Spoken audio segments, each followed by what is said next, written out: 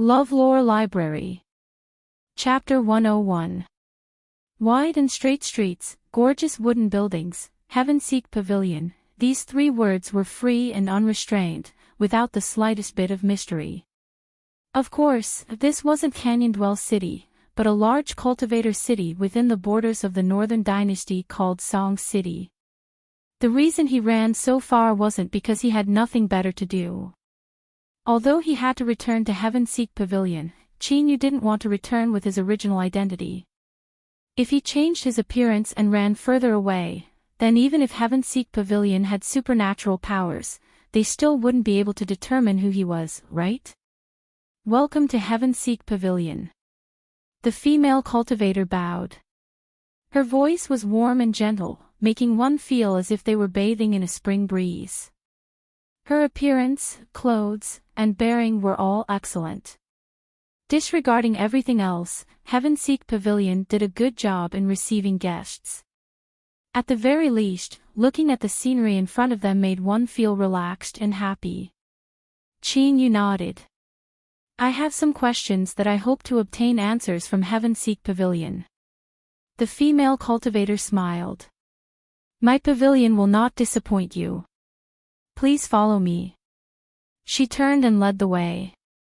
Similar to Canyon Dwell City's Heaven-Seek Pavilion, they arrived at a separate room. Fragrant tea and desserts were prepared. The female cultivator knelt down and bowed. Her white chest was dazzling. She said in a soft voice, "Guest, please ask." Chinyu thought for a moment. He slowly said, I would like to know how to cultivate 5 different magic power sources. The female cultivator furrowed her eyebrows, as if she were stumped. After several breaths of time, she said, Guest's question involves extremely esoteric content. I will need to look into it to see if there is anything Guest needs. Chinyu nodded.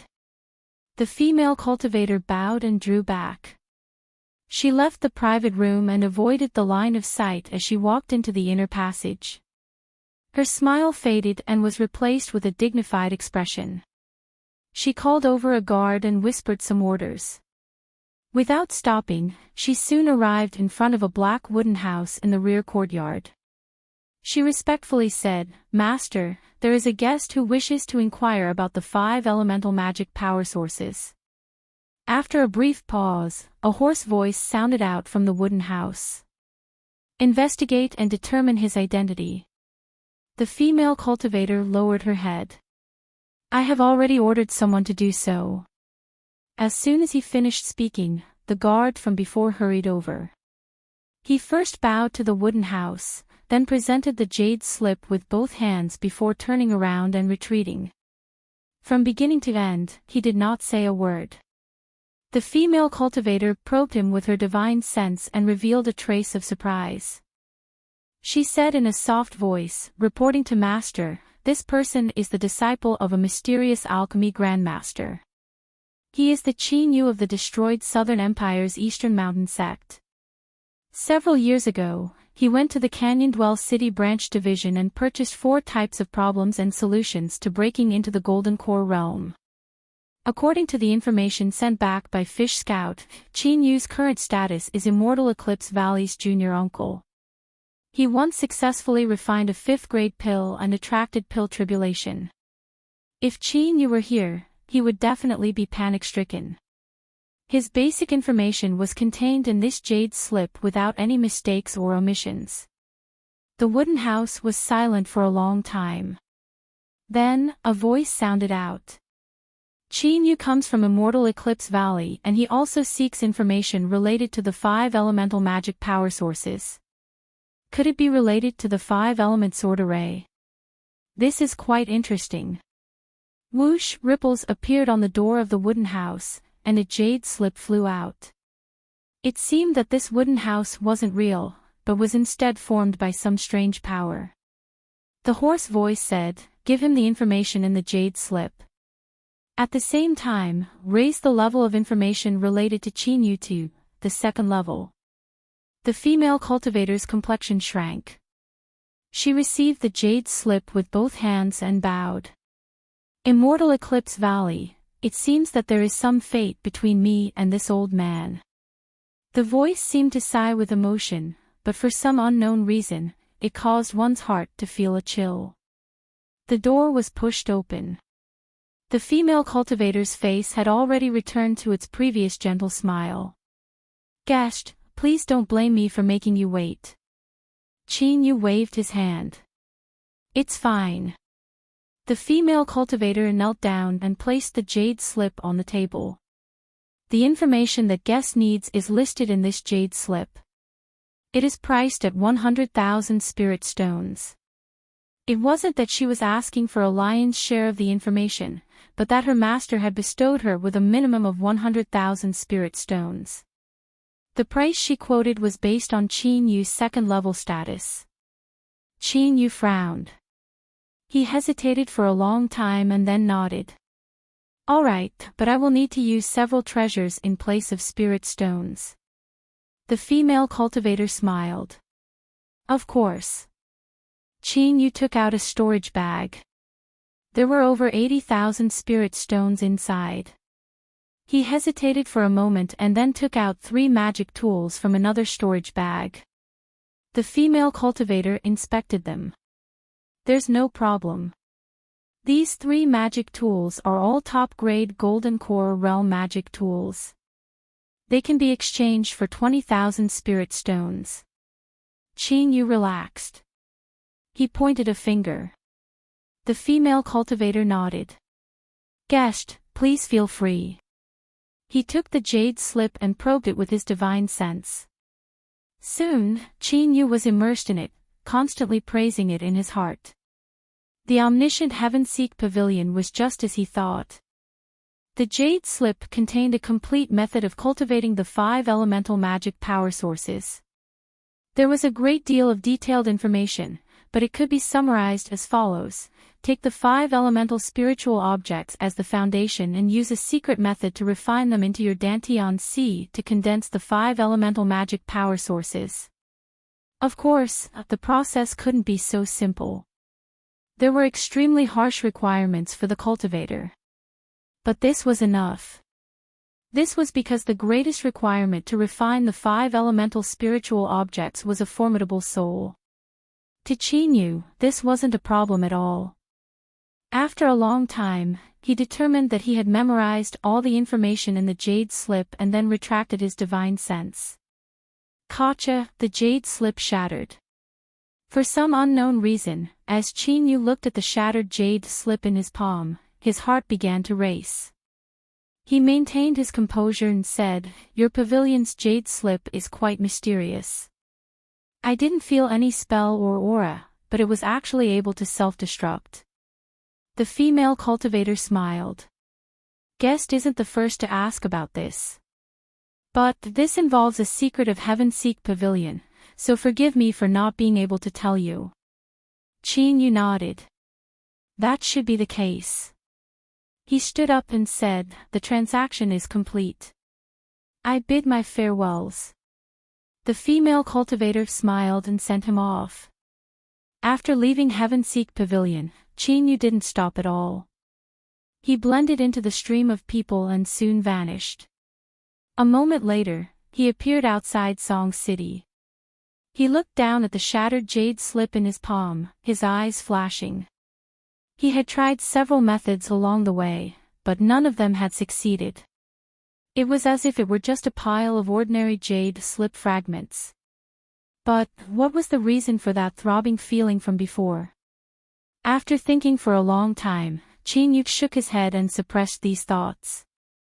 Magic power surged out from his palm and the jade slip fragments were completely crushed into powder. Whoosh, he shot into the skies.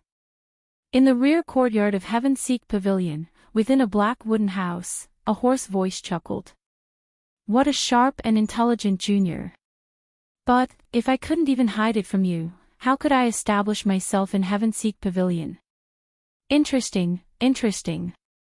Perhaps I should help you once more." The surface of the wooden house fluctuated. A man in black robes with only a pair of gray eyes revealed walked out. He knelt down on one knee. "Greetings, master." Ghost, tell Qin Yu about what happened in the demonic path C region. Remember to be careful. Don't let him discover anything unusual. The black-robed man respectfully nodded. He took several steps back and stepped into the shadows of the flowers. His entire body seemed like a pool of black water as he melted into them. Not long after leaving Song City, Qin Yu landed. After making sure no one was following him, he turned around and hurried on his way. 5-element spiritual objects. Although he had found a method to condense the 5 elemental magic power sources in Heavenseek Pavilion, there were still layers upon layers of difficulties placed in front of him.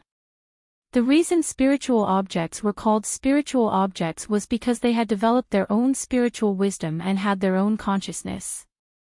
They were similar to spirit treasures, but the chances of them being born were far lower. What they needed was something purely formed by the heavens and earth. After being bred by the heavens and earth, they would finally give birth to a spiritual sense. But not all heaven and earth objects had the qualifications to be promoted to a spiritual object. And most importantly, their rank had to be high enough. This was because the higher the rank of an object, the more difficult it was for it to give birth to a spiritual sense. Otherwise, if a tree gave birth to a spiritual sense, it wouldn't be a spiritual object, but a monster. An ordinary cultivator might not even see a single spirit treasure in their entire life. But what Qin Yu needed to prepare were 5, and they had to be of the 5 elements. This was no less difficult than ascending to the heavens. If he were to search for them with his own strength, he feared he wouldn't be able to gather them all even if he spent all his time. Thus, from the start, Qin Yu planned to spend a great deal of money to purchase them. When he was in Heavenseek Pavilion, he had replaced spirit stones with magic tools. This was something Qin Yu had intentionally done. Even now, there was a mountain of spirit stones lying in his storage ring. Of course, even if it wasn't enough, he still had a massive number of top-grade pills. If he didn't have enough top-grade pills, he could continue refining them. In short, as long as he could buy them with spirit stones, Qin Yu didn't need to worry. One day later. Northern Dynasty's Green Duck City. The name was a bit strange, but the city was extremely large. At this time, the sun was setting. As the sunlight fell on the city walls, it cast an endless shadow. Qin Yu arrived in the darkness. When he stepped onto the main road of the city, there were already 2 or 3 stars in the sky. This great city of cultivators didn't revolve around day and night. It was still incomparably lively, as bright as day. Qin Yu found an inn to stay at. He tossed several spirit stones over and the servant gratefully left. He patted his chest and promised that he would do a good job. Soon, a detailed list of information regarding the auction house in the city was respectfully delivered to Qin Yu. After sending the servant away, Qin Yu sat down at a table and began to carefully read through it. A moment later, he rubbed his temples and muttered, "I hope I can obtain some harvests." He crushed the paper with his fingers and it turned to powder. The next day, Qin Yu left the inn. He spent 10 spirit stones, enough to buy an entrance ticket to the auction. This was a small auction and there weren't any outstanding items. Most of the people participating had ordinary cultivations. There were only 2 early golden core cultivators, a man and a woman, sitting at the very front. Their eyes were closed, their expressions cold and indifferent. As the Foundation establishment cultivators behind them saw this, they began to speak in hushed tones. Qin Yu was politely escorted in by the auction house cultivator. "Senior, the auction is about to begin. Please take a seat at the front." Qin Yu nodded and sat down. The auction house cultivator bowed once more before leaving. The 2 golden core cultivators beside him opened their eyes in surprise. They glanced over. They were frequent visitors of the auction house, but they had never received such a polite reception. This person looked unfamiliar and his aura was ordinary. He was only at the early Golden Core realm. Could he have some great background? With this thought, the two of them revealed smiles on their cold faces. They nodded in greeting. In this day and age, it was easy to offend others. It was best to be careful. Chinyu nodded in return.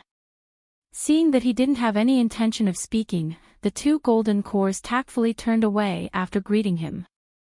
They were even more certain that this person's background wasn't ordinary. If nothing else, then just his calm composure wasn't something that ordinary cultivators could compare with.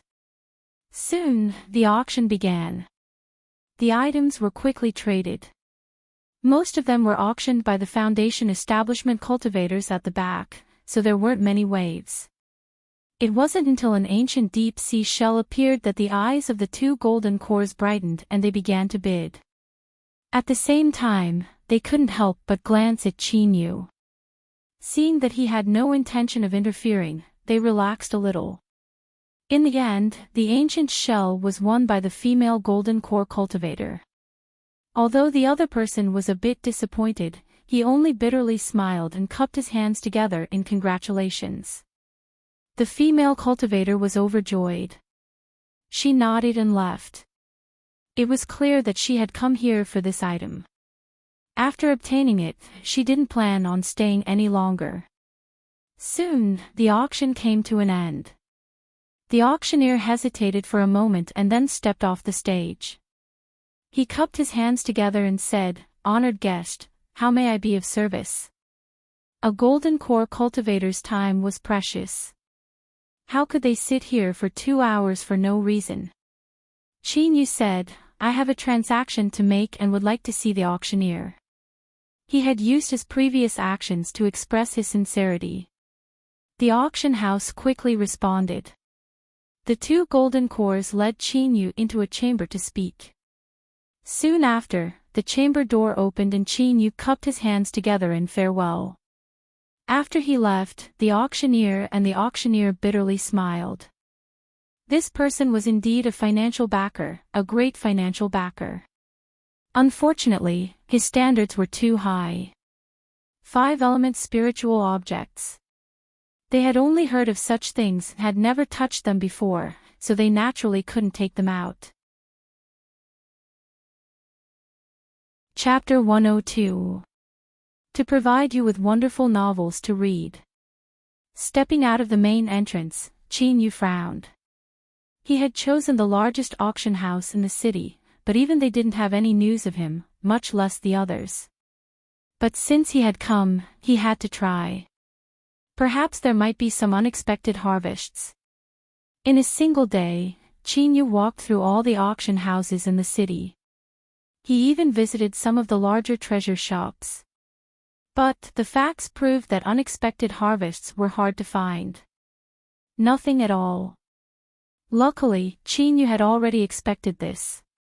After cultivating for a night, he left the next day.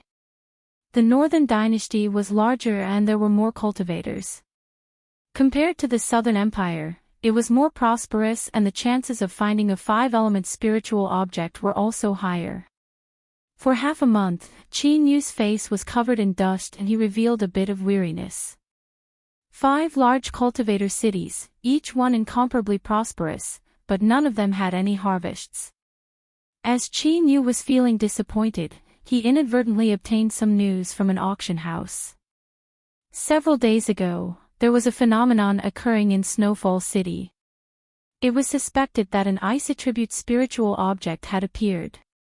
The ice attribute was derived from the water attribute and could be considered part of the 5 elements. Chinyu's spirits rose and he soared straight towards Snowfall City. Although the Southern Empire and Northern Dynasty were vast, the world they lived in was unimaginably large. Thus, they could be considered to be in a warm climate. Although this was called Snowfall City, it had never snowed in the last 100 years. The reason it had such a name was because there was an ancient frozen lake outside the city. For some unknown reason, this lake was frozen all year round. The surrounding area was bone-chilling cold, causing the climate within a small area to rapidly change.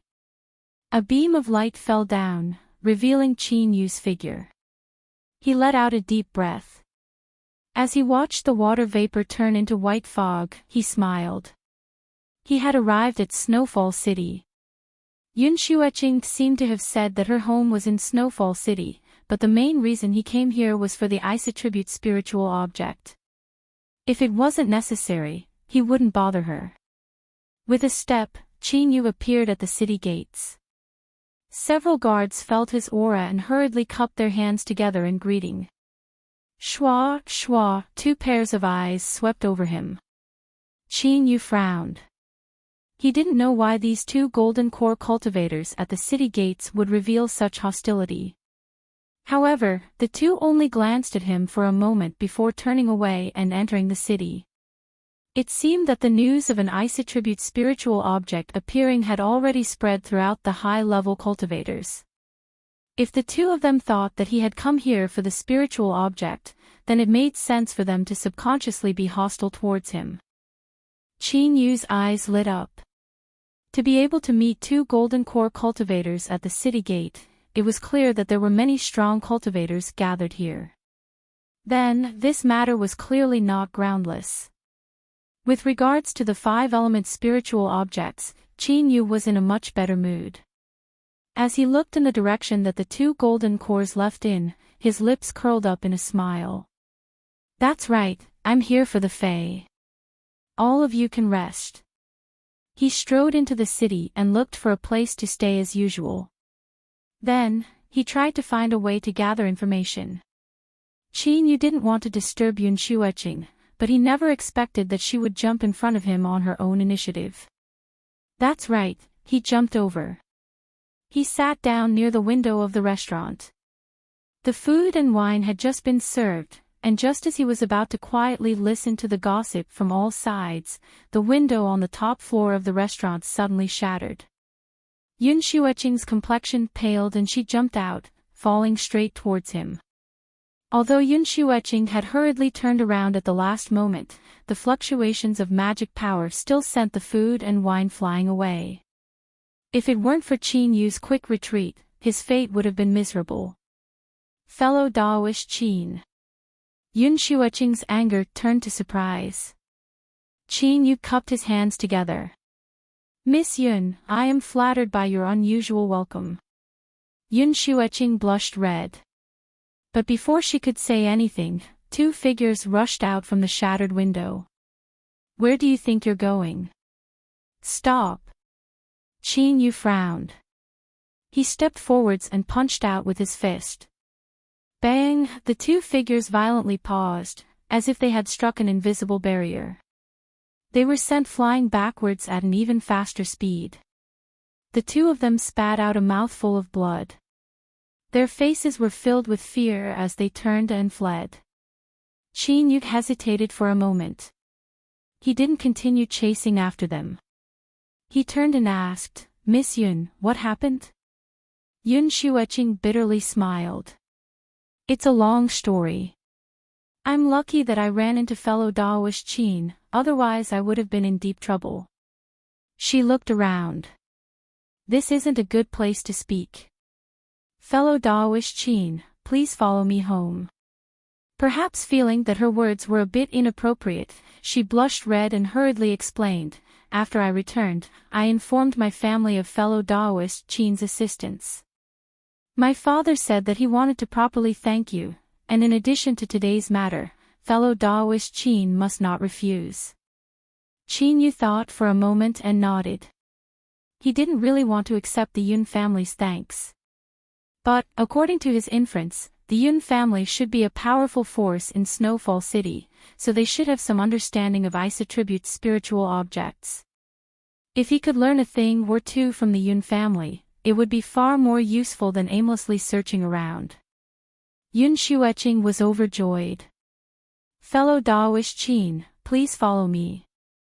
Below the restaurant, there were already people from the Yun family waiting there.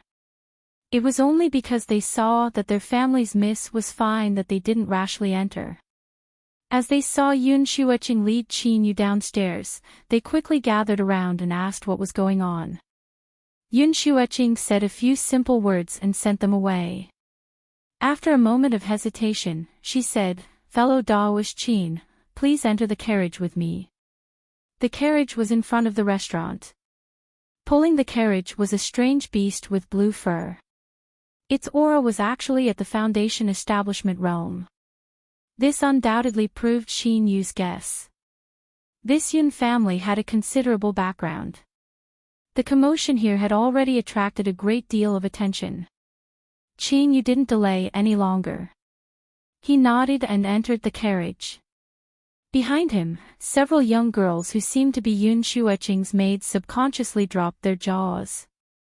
After boarding the carriage and sitting across from Yun Shueching, Qin Yu finally understood why she had felt a bit uncomfortable when he spoke to her. The interior of the carriage was extremely spacious. It could be seen as a mobile girl's room. The colors were warm and the fragrance of incense wafted through the air. In particular, there were several clothes placed on the rack in front of the screen. Although they were folded, they still caused Yun Shueching's face to flush red. Seeing her flustered expression, Qin Yu placed the clothes into his storage bag and closed his eyes, pretending as if he hadn't seen anything. As Yun Shueching saw him close his eyes in meditation, she relaxed a little. She immediately felt that Qin Yu was someone who understood the bigger picture. Although they didn't have any romantic feelings between them, this didn't stop her from appreciating Qin Yu even more. She originally thought that they could talk about their farewells on the road, but now wasn't the time to say anything. Luckily, the Yun family wasn't too far away, so the quiet young man and woman in the carriage didn't feel too awkward. When the carriage came to a stop and a servant's voice sounded out, Qin Yu opened his eyes. He didn't know why, but as she felt his gaze, Yun Shueching blushed. She lowered her head and said, "Fellow Daoist Qin, we've arrived. Please go first." In this environment, Qin Yu felt uncomfortable all over. He got up and left the carriage. Before he could take another look, a youth in fiery red robes rushed out from the main entrance of the Yun family's grand residence. As he saw the carriage, his eyes brightened. He loudly said, "Cousin, I heard that someone is plotting against you in the city. Tell me who it is and see if I don't chop them up." The youth's eyes widened. He looked at Qin Yu, who had just pushed open the door, and pointed at him. Although he didn't say anything, the meaning behind his eyes was clear. Who is this bastard? Qin Yu didn't speak. He left the carriage. Yun Shueching followed behind. The youth saw the blush on her face that hadn't yet faded. His face flushed red and he roared, "Cousin, who is he? What right does he have to get into your carriage?" He couldn't care less about the previous question. Yun Shueching frowned. "Cousin, be a bit more polite. This is fellow Daoist Qin Yu. I mentioned him before. He helped me greatly when I was forming my golden core." The youth had a skeptical expression. "Really?" Yun Shueching coldly coughed. "Why would I lie to you? Don't block the way. I want to invite fellow Daoist Qin in. Where is my father? He's still in seclusion." The youth reluctantly drew back. Although he knew who Qin Yu was, he still held a grudge against him for openly entering Yun Shueching's carriage. His eyes were filled with ill intent. "My uncle is still in seclusion. At this critical moment, I fear he won't be able to see any guests." Yun Shueching hurriedly said, "Fellow Daoist Qin, please enter first. I will immediately have someone inform my father. If it really isn't possible, then you can stay here for the time being so that I can express my gratitude." The youth shouted out, "How can we allow someone who doesn't know anything to casually stay here? I don't agree." Fang Huahua. Yun Shueching clenched her teeth. "If you continue to be so unreasonable, I will tell Auntie that you bullied me and have her send someone to take you away." Fang Huahua shrunk his neck back, finally becoming honest. Yun Shueching revealed an apologetic look. I hope fellow Daoish Qin can be magnanimous enough to forgive my rude words. Qin Yu smiled. It's fine. After entering the Yun family, he realized just how extraordinary their background was. Although Qin Yu hadn't been wholeheartedly studying array formations during this time, he had still read through many of the jade slips that Gu Xingping had left behind. At the very least, his eyesight was much higher than before. At this time, looking at the entire Yun family residence, he could see that there wasn't a single place that didn't exude a faint aura of array formations. It was clear that if a powerful enemy were to invade, the beautiful scenery of this residence would instantly turn into a terrifying killing machine that harvested lives. Fang Huohuo coldly coughed. The Yun family residence was personally designed by the Fang family's old master. Once the array formation is activated, anyone below the nascent soul realm will die. His eyes flashed downwards, revealing a bit of contempt, a bit of mockery, and the rest filled with satisfaction. Of course, these words were filled with a warning. Yun Xueqing glared at him. He quickly turned his head, but he still coldly glared at Qin Yu from time to time, as if telling him to pay attention to his status and not have any ill intentions. Qin Yu's heart was filled with helplessness. He even suspected that with such a temperament and such a low EQ, just how had he managed to cultivate to the Golden Core realm? Although he was only at the early Golden Core realm and his aura was a bit weak, he was still a Golden Core. As Qin Yu thought about how much he had suffered in order to reach Golden Core, he bitterly smiled. He also had an impulse to beat up this brat. He turned his head and looked at the array formations in the residence. What the eye doesn't see, the heart doesn't grieve over. Fang Huohuo's complexion darkened. He felt as if he had punched cotton, and he found Qin Yu increasingly displeasing to the eye. As Yun Xueqing saw that Qin Yu didn't care, she let out a sigh of relief. She also appreciated his broad-mindedness.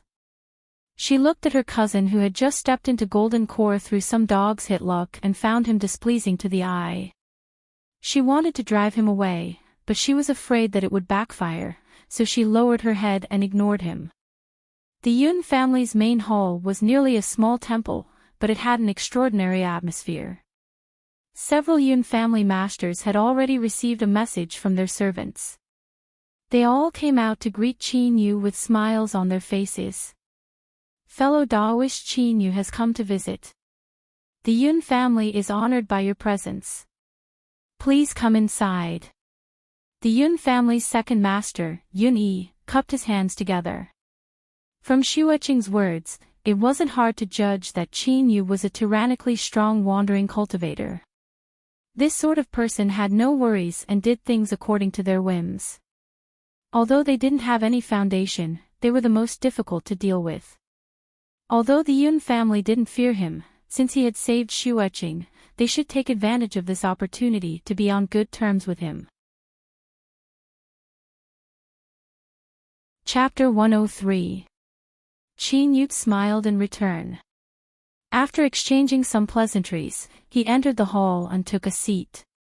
After casually chatting for a while, Yun Yi brought up the main topic and said solemnly, Xueqing is the youngest daughter of my elder brother. Her aptitude is the most outstanding amongst the younger generation and she can be said to be the future hope of my Yun family. Fellow Daoish Qin saved her from danger and even helped her during her pill tribulation. Our Yun family owes him a debt of gratitude. The Yun family has prepared some gifts, I hope fellow Daoish Qin will not refuse. As he spoke, he clapped his hands. A Yun family disciple walked out and presented the storage bag with both hands. Qin Yu waved his hand. I am friends with Miss Xueqing, so it is natural for me to save her. I only came as a guest at a friend's house, so please take back your gift. Young Lady Xueqing, why are you calling me that so intimately? That damned bastard, could it be that you are really after me? Fang Huohuo was so angry that his teeth ached. He couldn't help but grit his teeth. Don't tell me you don't like it and want something else. Yun and the others were embarrassed, but Fang Huohua's status was special, so it wasn't good for them to say anything. They could only pretend not to hear him. They coughed and said, "Is there anything fellow Daoist Qin needs? As long as the Yun family can do it, we will definitely do our best." Qin Yu hesitated for a moment. He cupped his hands together and said, "I do indeed have a matter." Fang Huohua laughed coldly. What he meant was, as expected. Yun Yi reached out a hand. "Fellow Daoist Qin, please speak." Qin Yu said, "I heard that not too long ago, an ice attribute spiritual object appeared in Snowfall City. I am a bit interested in this. I wonder if your mansion has any news about it." The main hall suddenly quieted down, and the atmosphere was strange. Yun Yi's complexion darkened. His voice was cold. "Fellow Daoist Qin's request, forgive me, but our Yun family cannot comply." Qin Yu frowned. He didn't know why, but the Yun family's attitude had suddenly changed. Seeing his confused expression, Fang Huohua's lips curled up slightly.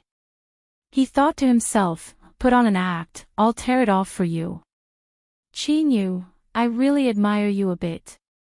Your lion's mouth is just too big. You've only saved my cousin once. Do you think you can take away the Yun family's treasures just because of that?" Qin Yu instantly understood where the problem was. Yun Xueqing had an awkward expression. "Fellow Daoist Qin, that ice attribute treasure belongs to my Yun family." Qin Yu bitterly smiled. To run into someone else's home and ask about their treasure, it was no wonder that the Yun family had such ugly expressions.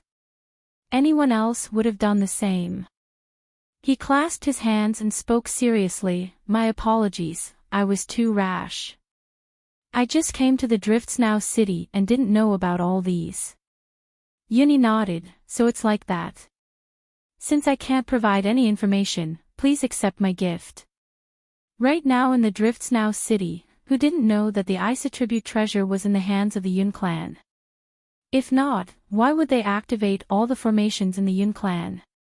He naturally didn't believe it. Qin Yu was silent. Fang Huohua thought he was feeling awkward, and he couldn't help but reveal a smug expression.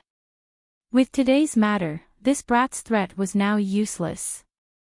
Yun Xueqing didn't believe that Qin Yu was someone who wanted to repay her kindness or seek a chance to obtain the Yun family's treasures. She spoke up to help him out of this predicament. "Fellow Daoist Qin has always lived in seclusion in the mountains, so it's normal that you don't know about the outside world." Qin Yu looked up. "I don't want a gift, but since the ice attribute spiritual object is in the Yun family, I wonder if I can make a transaction with you." Fang Huohua's eyes widened. How could this fellow's skin be so thick? Even though his thoughts had been seen through, he still openly stated his intentions. A transaction. Wasn't it because he wanted the ice attribute spiritual object? Yun Yi said in a low voice, "Fellow Daoist Qin, please show some respect." The other Yun family masters all had gloomy complexions. Qin Yu said, "I know that my actions are too rude, but this treasure is extremely important to me. If the Yun family is willing to sell it, I am willing to pay a great price." Fang Huohua strangely smiled. "A great price. Fellow Daoist Qin is a wandering cultivator, so you might not know the background of my great family. Forgive me for being rude, but I really can't think of anything that fellow Daoist Qin can offer that could move the Yun family." Qin Yu lifted a finger. 1,000,000 spirit stones. The hall fell deathly silent once more. Even the arrogant Fang Huohua was left dumbfounded, his face blank. 1,000,000 spirit stones, no matter who it was a massive amount of wealth. The Yun family might be able to take out such a sum, but they would absolutely have to sell off all their assets. Gulp, it was unknown who gulped, but it was incomparably grating. Yun Yi regained his composure, but his eyes were still absent-minded. "Fellow Daoist Qin, this joke isn't funny at all.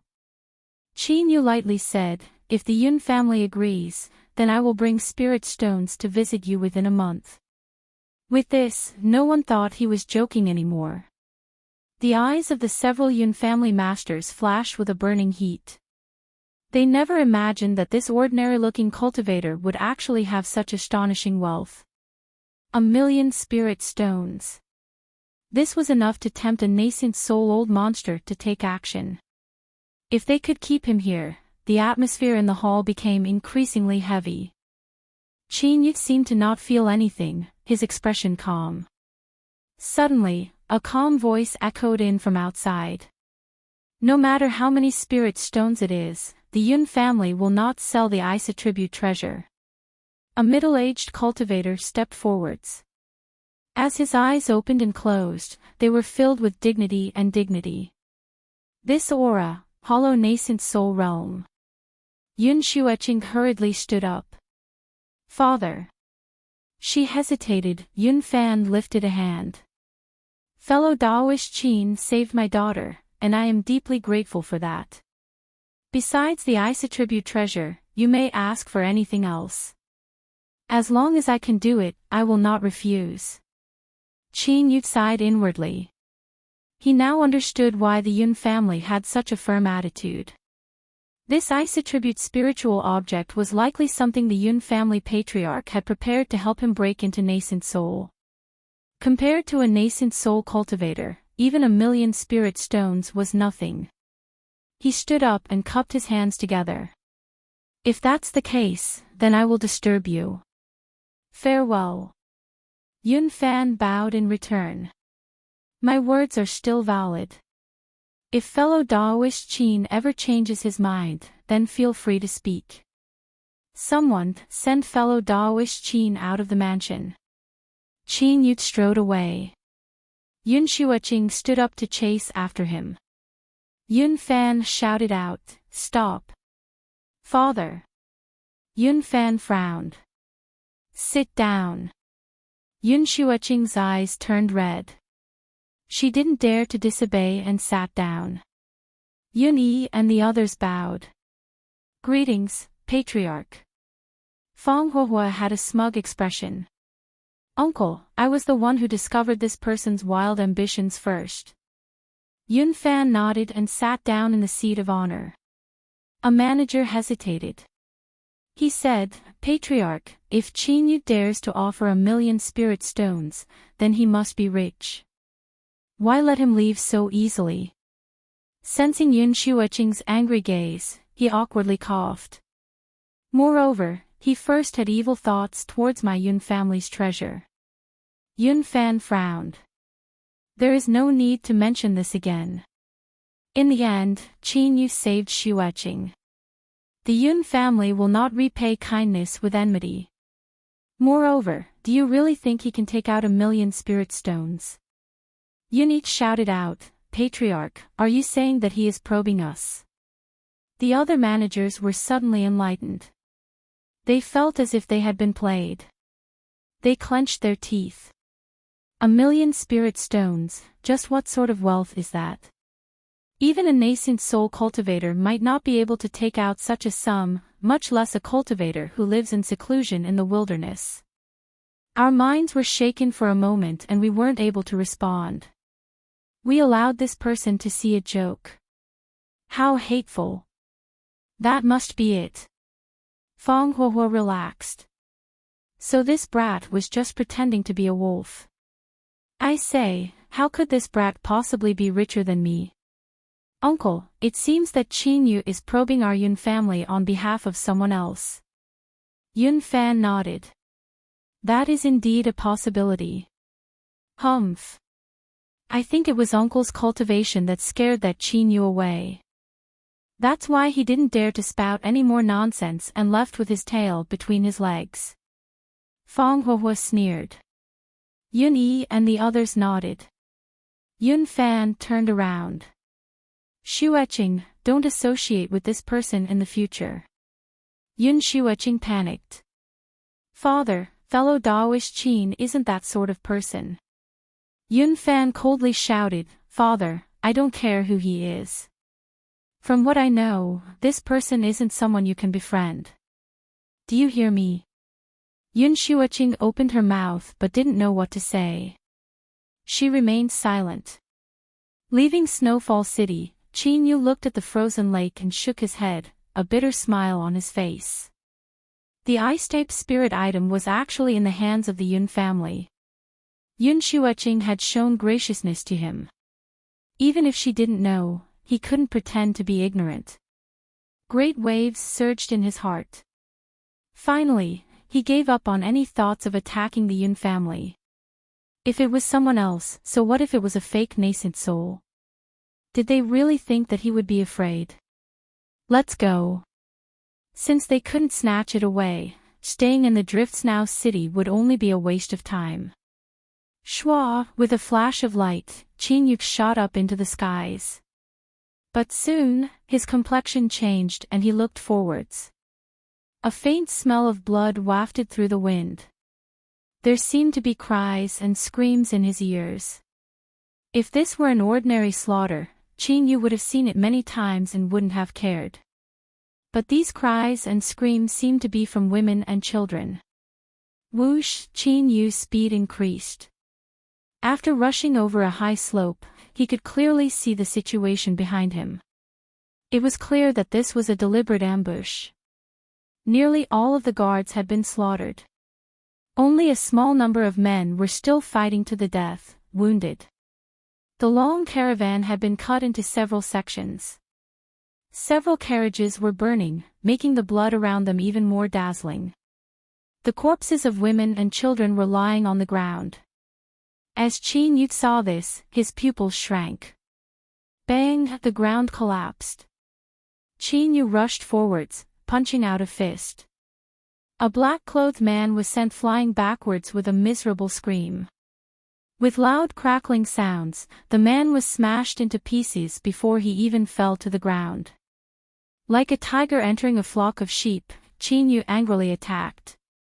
In several breaths of time, several more black-clothed men died where they stood. There's a master. Retreat. The remaining black-clothed men all turned and fled. Qin Yu chased after them and killed 3 more. After a moment of hesitation, he didn't continue killing. The caravan was filled with cries and wails. Several wounded men fell to the ground, but they still bowed with gratitude. Thank you, Senior, for helping us. Qin Yu's eyes flashed with a trace of unwillingness. Just what happened that they would do such a cruel thing? The men looked hesitant. Chapter 104. 800 miles south of the Driftsnow city, there was a small city named Greenwood. Within the city, there was a major clan, the Doe clan. Today, the gate of the Doe family was tightly shut, and security was tight both inside and outside. All the masters of the family had been summoned back, and they were gathered in a secret room for an emergency meeting. According to the clan's report, the one who saved the Leaf family must be a golden core cultivator.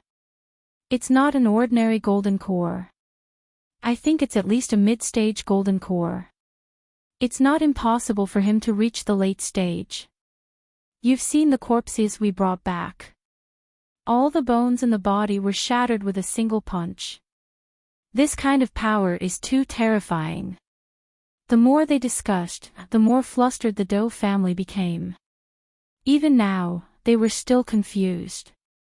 Since when did the Leaf family have such a powerful friend? As rivals of many years, the Doe family's understanding of the Leaf family could be said to be extremely deep. After many discussions, they came to the conclusion that the person who had interfered was most likely a passing powerhouse who had been dissatisfied with the Doe family's actions of eliminating the root of the problem.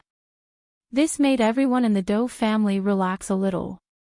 No matter how strong a passerby was, it was one thing for him to force them to retreat, but he wouldn't stand up for the Leaf family and continue to make things difficult for the Doe family. It was a pity that the juniors of the Doe family had died too unjustly. The upper echelons of the Doe family understood that no matter how angry they were, they could only choose to swallow this matter. Dou family's patriarch, Dou Zhanda, said in a deep voice, "All right, 3 days have passed. Since that mysterious powerhouse hasn't come, the matter should be over. However, in order to avoid any accidents, the matter with the Leaf family will be postponed. It's just a bunch of women and children. We'll just find a chance to get rid of them in the future." "Yes, Patriarch." All the experts of the Dou family stood up and said. Suddenly, a cold voice came from outside the door. "The Dou family has maliciously occupied the Leaf family's property for many years, and because of this, they killed the Leaf family.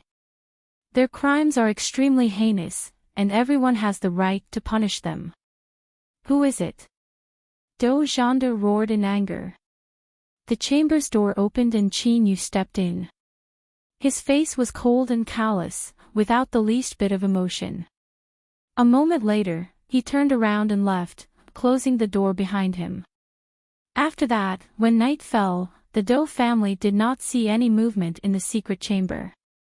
After asking for permission and receiving no response, they carefully opened the secret chamber door.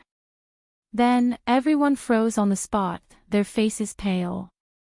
Led by Dou Zhanda, the 17 Dou family experts in the secret room were all killed, their heads separated from their bodies. At this time, Qin Yu had already left Green Forest City. When he killed the evil leader, he didn't implicate the ordinary Dou family clansmen. The reason why he waited for 3 days was because he wanted to investigate the grudges between the Leaf family and the Dou family. This was simple. In a single day, Qin Yu had found out what the Dou family had done. The remaining 2 days were given to the Dou family to gather their experts. Since they were going to kill, they should do it cleanly. With the death of one more bad person, perhaps in this world, there would be a few innocent people who would be spared. Qin Yu never thought of himself as selfless or someone who stood on the moral high ground. But there were always some things he couldn't endure. Perhaps this was the bottom line.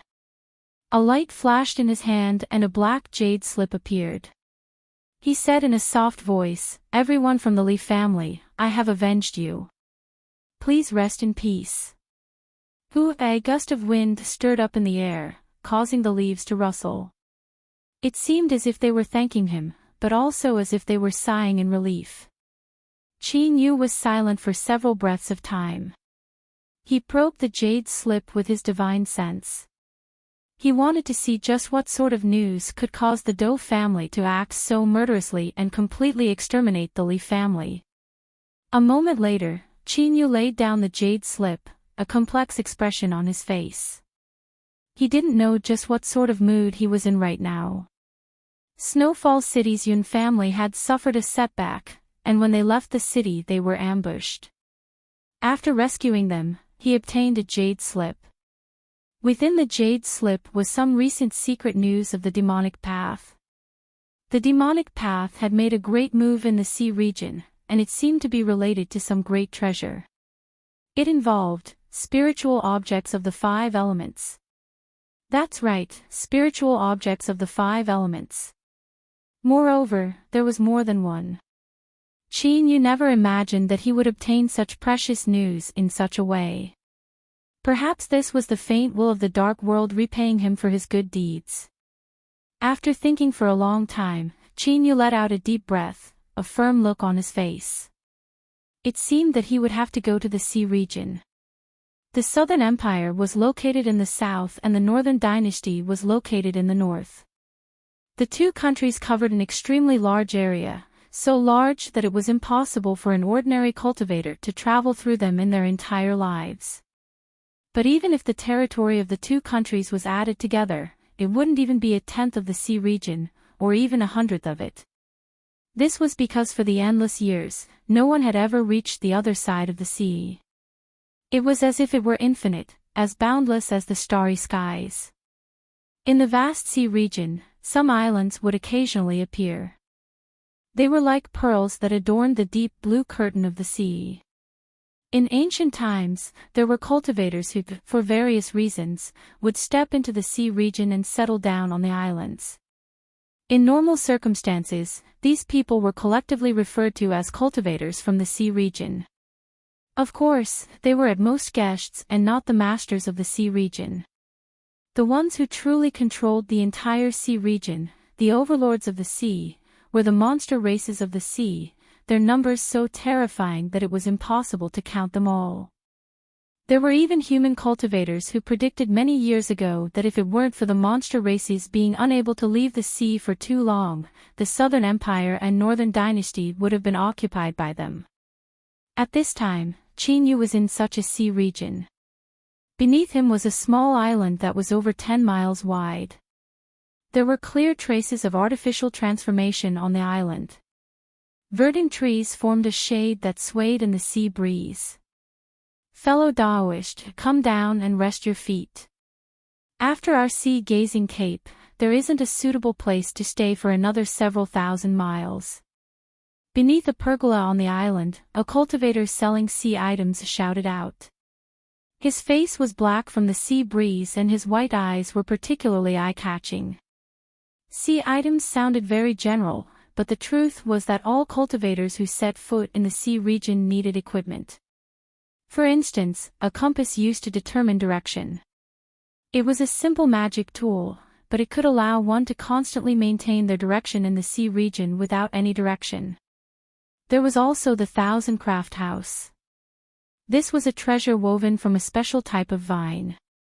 It was soft and could be folded at will. Once it was opened, it would become a small wooden house that could float on the sea for several years. It wouldn't fear the attacks of seawater or ordinary waves, it was the best choice to temporarily rest. Finally, there was the wind-listening conch. After a sea creature died, the shell left behind could be placed next to one's ear and one could hear the sounds of storms from far away. A cultivator that hadn't experienced a storm at sea would never know how terrifying it was. If one was unlucky and a golden core cultivator was sucked into it, they would similarly disappear without a trace. Chinyu landed. He cupped his hands together and said, I must disappoint fellow Taoist. On the way down, I've already purchased everything I need. The cultivator beneath the pergola grinned. It's fine. As long as you come down, I can always sell you something. It doesn't matter how much I earn. After all, accumulating sand can form a mountain. This person was quite direct. Chinyu smiled and sat down on the side. Fellow Taoist, if you're so confident, then I want to see just what good things you have. My name is Husan. It sounds fake, but it is my real name. If there's someone to blame, it's my father and mother's fault. They were too casual when they gave me names. Husan had a friendly personality and his tone was casual and unpretentious. It was easy for others to have a favorable impression of him. He looked around and lowered his voice. There are many cultivators that come to the island every day, but I rarely greet them. Does fellow Taoist Chin know why? Chinyu's eyebrows shot up. Husan smiled in satisfaction. I know how to judge people. With just a glance, I can judge 70 to 80% of them. Fellow Taoist Chin, your foundation establishment aura is ordinary and you don't have anything special on you. But, I am certain that you are not an ordinary person. Don't ask me how I can tell. This sort of thing can only be sensed, I can't explain it. Chinyu maintained his composure. Then, does fellow Taoist who have something good that you want to trade with someone like me who doesn't seem ordinary? Husan nodded. The Netherworld ship. His solemn expression didn't last for more than a second before it was broken by a smile. How about it? Are you interested? Chinyu's eyes brightened. Since he had stepped into the sea region, he had naturally investigated it. He naturally knew of the illustrious reputation of the Netherworld ship. Moreover, where he wanted to go, he needed the Netherworld ship to open a path. In the legends, in ancient times, there was a ship filled with 10,000 people that disappeared in the sea. Several hundred years later, it suddenly reappeared. Besides being old and dilapidated, the ship was nearly intact, but the 10,000 people on board had all disappeared. Some people boarded the Netherworld ship and discovered that this ship could actually pull people into a sea region that was filled with reefs and a cold strength. This place was filled with departed spirits and a massive number of mutated sea monster beasts that were fierce and bloodthirsty. But at the same time, this sea region also contained countless precious treasures that caused the eyes of countless cultivators to turn red with greed. This ship was the Netherworld ship, and that strange sea region was called the Netherworld Sea. There was a great deal of information contained within the demonic path Jade Slip. Although it wasn't completely clear, every bit of information pointed to the Netherworld Sea. Husan was calm and unperturbed, as if he had good news in his hands and wasn't afraid that Qin Yu wouldn't buy it. Qin Yu's thoughts raced. He lightly said, "News about the Netherworld ship is something that every cultivator that enters the sea region would be interested in. But, how do I know that your information is correct?" Husan pointed a finger. "Fellow Daoist Qin, ask around. I have been here for dozens of years, and when have I ever sold false information? If I really did that, then with my little bit of weight, I would have long since been torn to shreds and thrown into the sea to feed the fish." Qin Yu suddenly stood up. As Husan was in a daze, Qin Yu had already walked several dozen meters away. He found a cultivator that did the same business as Husan and spoke in a low voice. This person, he actually went to ask. Husan's lips twitched. "Was it really okay for you to make your distrust so obvious?" A moment later, Qin Yu returned. He nodded and said, "Fellow Daoist Hu, I will buy your information." Husan's complexion changed several times before he squeezed out a smile. He dryly said, "Fellow Daoist Qin is indeed cautious." Qin Yu nodded. "I do think that it's never wrong to be a bit more careful at any time." Husan immediately decided not to speak any more nonsense with him. Otherwise, he feared that he wouldn't be able to suppress his anger and his business would collapse. He stretched out a hand, 1,000 spirit stones, no bargaining. Qin Yu didn't even blink. 300 blue veins popped up on Husan's forehead. He had seen people haggle, but he had never seen anyone haggle like this. It was fine if he was cut in half at the waist, but to cut off 70% of the price, he really dared to ask for it. He took a deep breath. 800, this is the friendship price that I gave you. It would be impossible for anyone else to come here. Qin Yu had a faint expression. 400 is the most I can go. Husan choked on his anger and roared out, "Fellow Daoist Qin, this is the Netherworld ship, the Netherworld ship that represents countless opportunities. If you are late, you might not be able to make it." Qin Yu let out a breath. "But there is also a possibility that this is a real Netherworld ship and it will never return." Husan was left speechless. Every time the Netherworld ship appeared, there were people that struck it rich, but there were even more that died. He clenched his teeth. 600, if I miss even a single bit, I won't sell it. Qin Yu faintly smiled. "Deal." A moment later, a weeping Husan sent off fellow Daoist Qin who had rested enough. When Qin Yu's figure vanished from sight, his sad expression turned to one of satisfaction.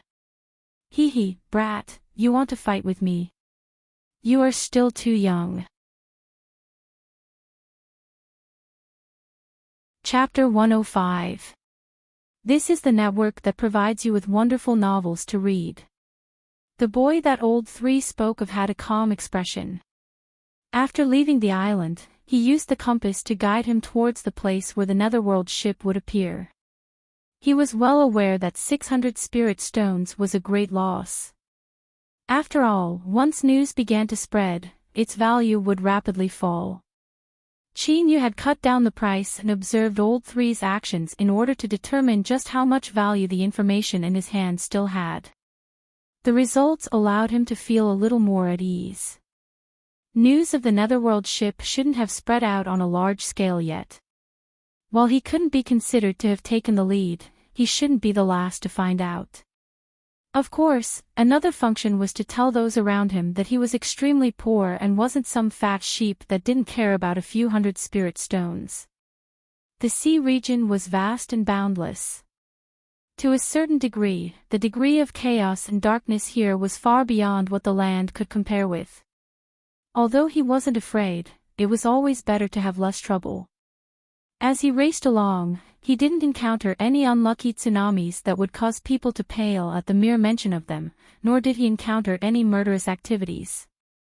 Besides a few blind sea monsters that jumped out, Chinyu easily dealt with them.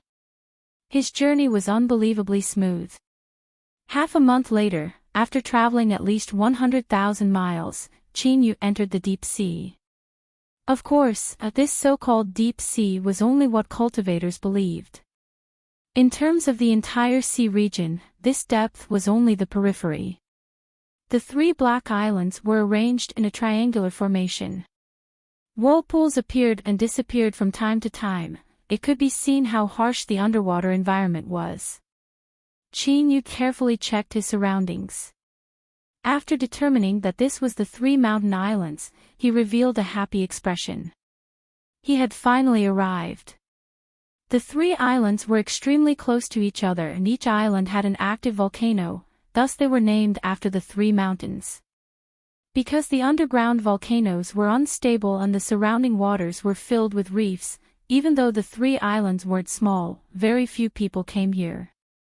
Most people would rest for a bit before leaving, so they could be considered relatively deserted. But now, the three islands were covered in pavilions. In just a dozen some days, they had formed several lively streets and large trading markets. Countless cultivators came and went, making the place lively and noisy. Chinyu landed. Although he wasn't surprised by the current situation, he still sighed inwardly. The Netherworld ship had a limit to how many people it could carry. Once a certain value was reached, no one else would be able to enter. But first come, first served wasn't absolute. As long as a cultivator below the ship could kill a cultivator on the ship before it set sail, they could automatically take over that cultivator's position. And from the moment the Netherworld ship appeared to the moment it set sail, the time it docked was not the same. If they were lucky, they might be able to set sail in an hour. If they were unlucky, they might have to stay for a day or even longer. But no matter how long it took, the only difference was how much blood was shed. People would eventually die. Those who were interested in the Netherworld ship all knew about this. Thus, the atmosphere on the island was quite solemn. Besides their companions and friends, everyone looked at outsiders with cold eyes. Because perhaps in the near future, these strangers who did not know each other would wield their swords at each other. Chinyu blended into the flow of people and walked towards the center of the island. Suddenly, he frowned and a cold light appeared in his eyes. When he turned around and looked back, the feeling of being stared at by the crowd had already disappeared. But Chinyu believed that his senses weren't wrong. Just now, someone had noticed him and revealed killing intent. Who was it? Chinyu carefully looked around, but as far as he could see, he couldn't find a single familiar face. Taking a deep breath, he gathered his thoughts and turned to leave. In his heart, however, he was already on guard. He had just arrived at 3 mountain islands and someone had already revealed killing intent towards him. No matter how he looked at it, this was a terrible situation. It seemed that he would have to be more careful. At a temporary inn on 3 mountain islands, Chinyu bought a room and stayed there until the Netherworld ship appeared. The structure and layout were simple and crude, but the price was ridiculously high. But if he spent this amount of spirit stones, he would at least be able to find a slightly safer place to live. It was worth it. The atmosphere on the island was tense. There wasn't much to do and there wasn't anyone he was familiar with, so Chinyu didn't plan on going out. He would just wait for the Netherworld ship to arrive. On another island, a few cultivators entered a room and shut the door tightly. The leader turned around and said in a low voice, "Fellow Daoist Chi, what happened? Why did you suddenly reveal killing intent towards a stranger?" That person's reaction was sharp and he almost locked onto us. Chi Quan's complexion was ugly. He turned his hand and took out a bronze mirror. The surface was mottled. Senior apprentice Sister Xiang died not long after she handed over this treasure. When I saw that cultivator today, the bronze mirror emitted fluctuations. I am sure that it was that person who killed her. The person clenched his teeth. Elder Han, we must take revenge for her. Han Shanai frowned. After several breaths of silence, he said, "Fellow Daoist Chi, we have the Saint Lord's hopes on us, so we cannot be careless in our actions. The sea monster royal family has already sensed something, so it is best if we don't complicate matters." He paused for a moment and then continued to say, "If you want to take revenge, you can do so when the Netherworld ship arrives. If you can't, you will have plenty of chances after entering the Netherworld Sea." What he said was the truth. But the more important reason was that Qin Yu gave him a thorny feeling. If he couldn't provoke him, it was best to stay as far away from him as possible. Just thinking about it, anyone that could kill that woman Xiang Ryu would inevitably have some methods. This surname Qi risked his life for his lover, but that wasn't something he could do. Qi Quan panicked. When the Netherworld ship arrived, several thousand cultivators had boarded it at the same time and a bloody slaughter had occurred. It would have been incredibly difficult to lock onto Qin Yu at that time. As for the chances of encountering him again after entering the Netherworld Sea, they were so small that they could be ignored. He guessed that Han Shanai didn't want to stir up trouble. His thoughts raced and he said, "Elder Han, you have seen the strength of my copper mirror. According to what I know, this mirror was obtained by senior apprentice Sister Xiang from some ancient cultivator's cave dwelling. It is highly likely that this person is one of the cultivators that senior apprentice Sister Xiang cooperated with." Han Shanai shook his head. "If there are some harvests, then it is possible to kill him. But no one can be sure whether or not this is the case." Qi Quan cursed inwardly. He clenched his teeth and said, "Elder Han, feel free to do as you please. If there are no harvests afterwards, then I will give this copper mirror to you." Han Shanye's eyes brightened. "Really?" Qi Quan roared, "I want him to die without a grave." Han Shanai laughed. "Good."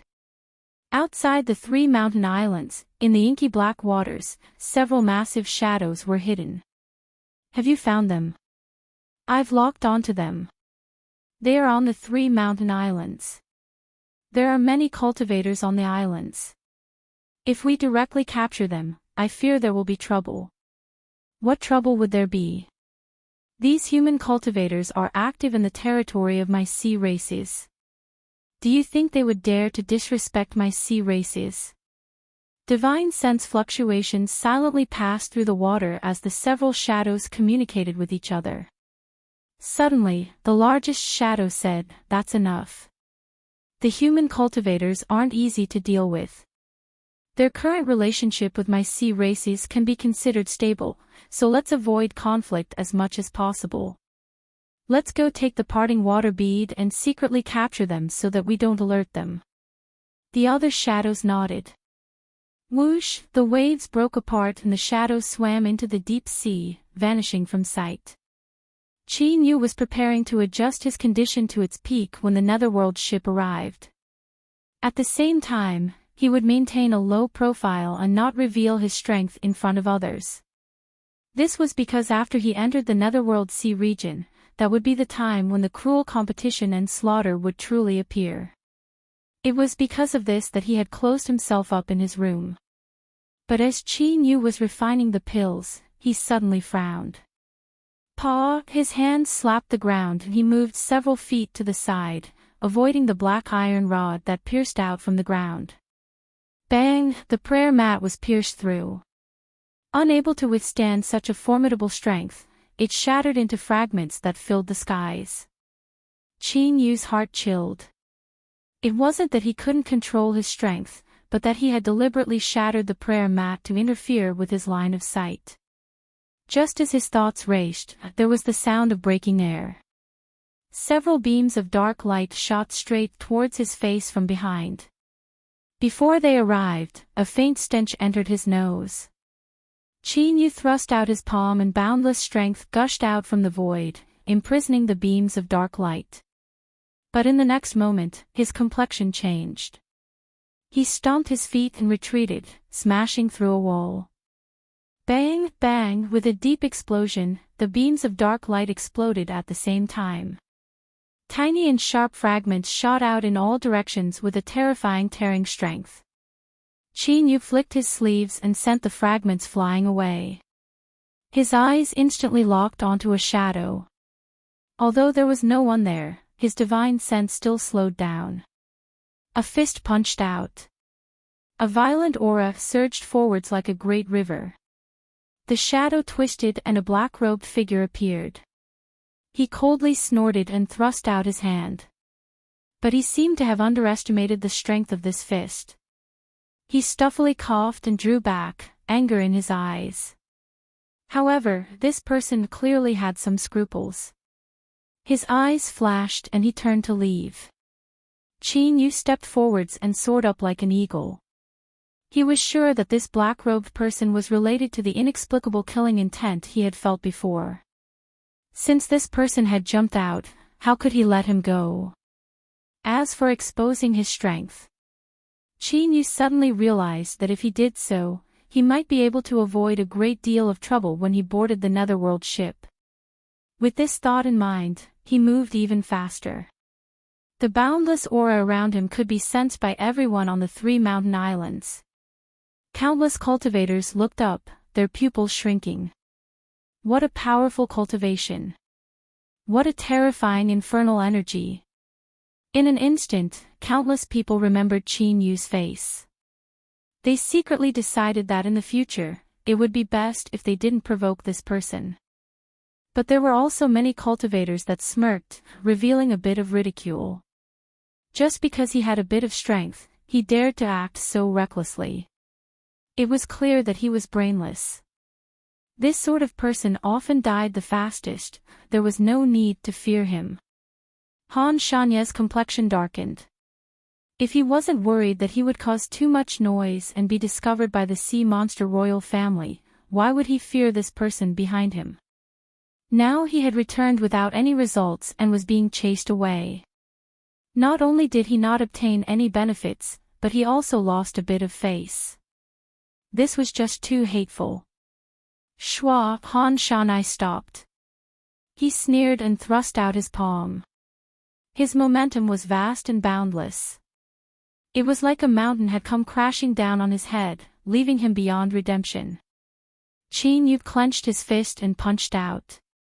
Bang! There was a loud explosion in the void. A terrifying shockwave stirred up strong winds, instantly sweeping up several wooden houses and tearing them to pieces. The cultivators living in these houses hurriedly moved away. Although their complexions were ugly, they could only accept the might of this battle. Han Shanai sneered. Brat, if you don't die, we will meet again. Shua, his body turned into several figures that flew in all directions. Qin Yu's complexion darkened. These figures had the same aura, so he couldn't distinguish them. However, what did his final words mean? But soon, Qin Yu found out. The inn's master was a 6th-level golden core cultivator. He respectfully came with a young girl and 6 large men. He pointed a finger and said, "Everyone, this is the cultivator you found. He is the one who is renting the inn." The young girl had bright eyes and white teeth. Between her eyebrows was a delicate scale that shimmered beneath the sunlight. She coldly looked at Qin Yu and waved her hand. "Grab him." Chapter 106. Sea Monster Royal Family. Low cries rang out from the crowd. Countless gazes became scorching hot, but when they fell on the 6 muscular men behind them, their gazes instantly became evasive and respectful. Although these 6 people are in human form, their auras are terrifying and their blood vitality is thick. They must be whale monsters. It is rumored that every adult clansman is comparable to a golden core whale monster. Those that have the qualifications to become royal guards are all elites. If the 6 whale monster elites join forces, they can crush anyone below the nascent soul realm. Although this person's cultivation is strong, unfortunately, for some unknown reason, he offended the Sea Demon royal clan. How can he escape? The 4 Sea Demon tribe powerhouses all took a step forward, causing the ground to tremble. A fierce, overbearing, and cold aura rushed towards them. Qin Yu's black robes fluttered in the wind. His eyes narrowed. He didn't know why, but at this moment, he didn't have the mood to think about it. Qin Yu took a step and the ground cracked as he rushed forwards. The crowd gasped. Facing 4 whale monster powerhouses, it was normal to turn and flee, but Yu actually chose to face them head-on. Was he courting death? Or courting death? Or, he was courting death. Facing the whale monster race, a mere human cultivator actually dared to attack first. The whale monster on the left narrowed his eyes. A cold light flashed in them and a trace of anger flashed in his eyes. He stepped forwards and slapped out his fan-like hand. It whistled through the air, and it could be seen just how fast this seemingly clumsy slap was and how terrifying the power contained within it was. Qin Yu didn't dodge or evade. He lifted a hand and punched out, meeting it head-on. Bang! There was a loud explosion like the beating of a great drum. Brutal strength collided between the two. Qin Yu stuffily coughed, his complexion paling. He now had a clear understanding of the strength of the whale monsters. However, the other party was clearly even more shocked. His eyes were wide open and filled with disbelief. Thud, thud, thud, thud, thud, thud, thud, each step leaving a deep footprint. The most terrifying aspect of the whale monster was the strength of their mortal bodies. But, the scene in front of them seemed to indicate that a human cultivator had forced back a whale monster in a collision of pure physical strength. The crowd gasped. This time, it was filled with shock. The complexions of the 3 whale monster masters darkened and a dignified look appeared in their eyes. Even so, they remained as solemn as mountains, their auras calm and steady. Bang! The whale monster stepped forwards. His body was even taller and his robes tightened around his body, outlining his incomparably strong body. It was easy to judge the strength of a whale monster. The size of their body often corresponded to their strength. With a deep shout and a ripping sound, the whale monster's robes burst apart from his muscles. He punched out his fists, his aura tyrannical and courageous. The cultivators in the back were shocked by the aura and subconsciously took a step back. When they reacted, their faces turned red. But at this time, no one had the mind to care about whether or not they were embarrassed. Everyone's eyes were focused on Qin Yu. After forcing back the first whale monster powerhouse, Lin Ming didn't stop at all. He continued to rush forwards like a cheetah, crashing into the fist of the second whale monster powerhouse. No one could clearly see what had happened in the instant the two collided. They only felt a shockwave sweep over them, and a huge figure was sent flying. Crackle. This should be the sound of bones breaking. Qin Yu's complexion paled even further. But, the whale monster powerhouse that collided with him was constantly vomiting blood. Countless people widened their eyes. No one had expected such an outcome. The 2 whale monster powerhouses were panic-stricken. They hurriedly caught their fallen tribesmen. At this time, Qin Yu's body flashed with light and his speed suddenly rose, instantly breaking past the 2. When he suddenly rushed forwards, he had relied on the strength of his mortal body. As he collided with the whale monster powerhouses in terms of physical strength, it made others forget that he was a human cultivator that excelled in magic power cultivation. Princess Lushy had a calm expression. As she looked at the rapidly approaching Chinyu, a trace of ridicule flashed in her icy cold eyes. Was this the beheading plan? If the sea monster royal family could be captured so easily, then the entire royal family would have been exterminated long ago. How could they have survived until today and ruled over the boundless sea region? Foolish and ignorant humans. Behind her, 2 9-foot-tall diamond whale monster powerhouses stepped forwards, their eyes glaring at Chinyu like fierce eyes. A sound wave that couldn't be heard by the ear suddenly spread out, piercing towards Chinyu's soul like countless sharp balls. The crowd was far away, so they weren't affected. But there were still several people who stuffily coughed and their faces paled. Whale cry. Whale monster commanders. The ranks of the whale monster race were simple. There were ordinary clansmen, elite clansmen, whale monster commanders, and the highest-ranked whale monster sovereign. The whale monster sovereign was comparable to a nascent soul.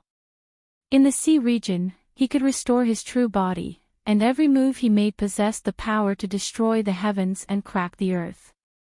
He was a true overlord of the sea. Whale monster commanders were at the second level and were absolute great figures of the whale monster race. Their strength was comparable to a human hollow nascent cultivator. Whale cry was something that only whale monster commanders could send out. It was a kind of innate divine sense attack, and its might was terrifying. If one had a weak soul, even if their soul didn't scatter beneath the bombardment of whale cry, their consciousness would still be crushed. Chinyu had revealed his powerful mortal body, and his magic power cultivation wasn't weak either. If so, then it was highly likely that his soul was his weakness. After all, humans had short lives. In order to constantly make breakthroughs in cultivation and obtain a longer lifespan, there was a limit to what they could cultivate. Chinyu's eyes instantly glazed over and he revealed a pained expression. A whale monster commander stepped forwards and punched out at Chinyu's head. As for the other person, he stubbornly stood his ground, not leaving any openings. Whoosh! A blinding blood-red light erupted. The blood-stained lock smashed towards the whale monster commander. This was a one-time-use demonic treasure that erupted with a terrifying killing power equal to its value. Even someone as strong as the whale monster commander's fist was torn apart, revealing pale white bones as he was sent flying backwards. Now, the only one left standing in front of Chinyu was the last whale monster commander. His expression was dignified. With a loud shout, a deep blue light erupted in front of him. It billowed like waves, protecting him and Princess Lushy behind him. This wasn't because they feared him, but because as royal guards, their most important mission was to protect the royal family from harm. As long as they could block Chinyu for several breaths of time, the whale monster masters would have a chance to catch their breath. No matter how strong Chinyu was, he wouldn't be able to take even half a step closer to the princess. Chinyu's eyes brightened. He stepped in front of the deep blue light and punched out his fist without hesitation. Dong! The entire curtain of blue light trembled and was immediately torn apart. Chinyu's fist forcefully squeezed through. For the first time, surprise appeared in Princess Lushy's eyes. She never imagined that this human cultivator would have such a powerful mortal body. But right after, this surprise turned into a sneer. The protection of the royal family could only be used by the guard captain. It was one of the strongest defensive methods of the royal family, so how could it be so easily broken? Once strength erupted, this human cultivator would be pulled in and crushed to pieces in the blink of an eye. But at this time, the sneer in Princess Lushy's eyes froze. In front of her, the guard captain that was as reliable as a mountain suddenly fell backwards. His body rapidly turned black. His body twitched and he foamed at the mouth.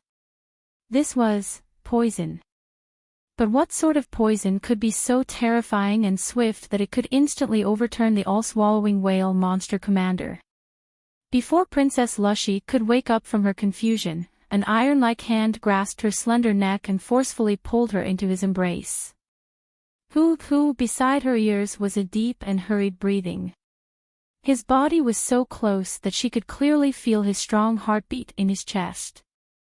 This didn't make one feel distressed. Rather, it emitted an incomparably fierce and formidable aura. The entire audience fell deathly silent. No one expected this to be the result. A single person had pierced through 6 whale monster powerhouses and single-handedly captured a sea monster royal. This should have only existed in a script or in one's imagination, but when it truly appeared in front of them, it was actually so breathtaking. Don't move. His voice wasn't pleasant to hear, but it was calm, like water beneath a layer of ice, without the least bit of emotion. Moreover, it gave off a heavy feeling that everything he said would come true. The hairs on Princess Lushy's neck stood up. She could feel a faint killing intent from this voice. But as a member of the royal family, she had enough confidence and pride. Her expression remained icy cold as she coldly said, "If you touch me in the slightest, you will be chased down by the sea races for the rest of your life." Chinyu lightly said, "I know." What sort of reply was this? Was he ignoring her? Anger surged in Princess Lushy's heart. Her body froze. The hand around her neck tightened and a faint blue color appeared on her snow-white skin. Even breathing became difficult. "Stop. If you dare to touch the princess in the slightest, you will die without a grave."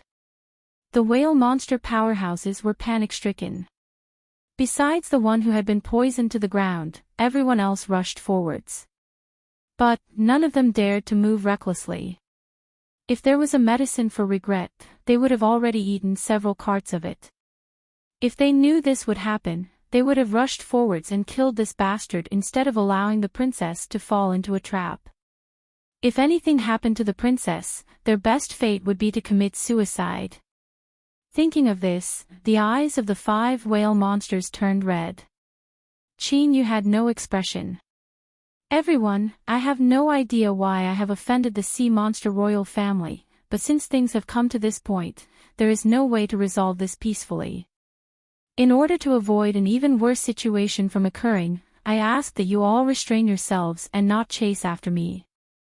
Otherwise, while I don't know if I can escape, the princess will definitely die." He grabbed Princess Lushy and began to retreat. The crowd parted to the sides. Everyone kept their distance, fearing that if they approached, they would be regarded as accomplices. After recovering from their shock, they looked at Chinyu. Although there was shock and admiration in their eyes, they couldn't hide the pity in their eyes. This matter had become so big that even the sea monster royal family had been captured. It was clear that there was no way to resolve this peacefully. Perhaps they might be safe today, but their final fate could already be predicted. The 5 sea monster powerhouses watched helplessly as Chinyu brought the princess further and further away. Their faces flushed red and blood energy roared around them, but none of them dared to take a single step forwards. Finally, the whale monster commander roared out, "Let's go." Lifting up the poison commander, the whale monster fellows shot up into the skies. After flying out of the range of the 3 mountain islands, a dim light flashed in the air to reveal their true forms. They were terrifying whales that were dozens of meters long and weighed tens of thousands of genes. This was the first time many cultivators had seen the true forms of whale monsters. They cried out in alarm, their faces filled with shock. Bang, bang, they crashed into the sea surface, setting off massive waves. Several massive shadows instantly vanished from sight. But everyone knew that it was impossible for the whale monster powerhouses to truly leave. They would surely be closely monitoring the 3 mountain islands. At the same time, news of the royal family being captured would surely be sent back to the sea monster royal palace as quickly as possible. A storm was coming. Chapter 107. On the third day, around the 3 mountain islands, the number of sea monsters rose dramatically. Powerful auras appeared from time to time, causing the cultivators on the islands to panic. Everyone knew what the reason was. As time passed, more and more people began to worry that the sea monster race would arrive en masse and affect their ability to board the Netherworld ship. On the 3 mountain islands, several famous powerhouses had no choice but to meet up with each other. After an emergency discussion, they came to a consensus: the cultivators who were holding the sea monster royal captive couldn't be allowed to stay. But in that battle, Chinyu had revealed his formidable strength. Wanting to let him go wasn't a simple matter. Of course, the most important reason was that no one wanted to offend Chinyu and provoke such a terrifying enemy. After arguing for a long time, a cultivator finally proposed that since no one was willing to notify him, then everyone should go together. The law didn't punish the masses. No matter how arrogant Chinyu was, he shouldn't form enmity with all of them just because of this. After a short period of hesitation, this decision was passed. Finally, 13 cultivators were chosen. They all had solemn expressions as they knocked on Chinyu's door. "Fellow Daoist Chin, you and I are both human cultivators. In our grudges with the sea races, we should stand on your side. But the Netherworld ship is about to arrive and the fellow Daoists on the islands are worried that the massive gathering of the sea races will affect this matter." A few more people opened their mouths. Even though their words weren't clear, the meaning was clear. "Old man, could you leave the 3 mountain islands?" Chinyu was silent for a moment. He cupped his hands together and said, "I understand what fellow Daoists are thinking. But I came here for the Netherworld ship, so I will not leave." Without waiting for their complexions to change, he continued to say, "However, I can leave the 3 mountain islands and live in the nearby sea region." Although this was a bit different from what everyone expected, if Chinyu left the 3 mountain islands, the sea monster races shouldn't vent their anger on them. Moreover, Chinyu had already taken a step back. If they continued to say anything else, they feared it would backfire. After a short discussion, the cultivators cupped their hands together in thanks. After expressing their apologies, they bid their farewells and left. Chinyu shook his head and returned to his room. There was a helpless look on his face, but he soon composed himself. He turned and said, "Your Highness, we will have to change locations." Princess Lushy's cultivation was sealed. Her face was icy cold as she heard this, and then she closed her eyes. Chinyu didn't care. After tidying up a bit, he picked her up and walked out. When he lifted it, it felt like he was grabbing a chicken or a duck.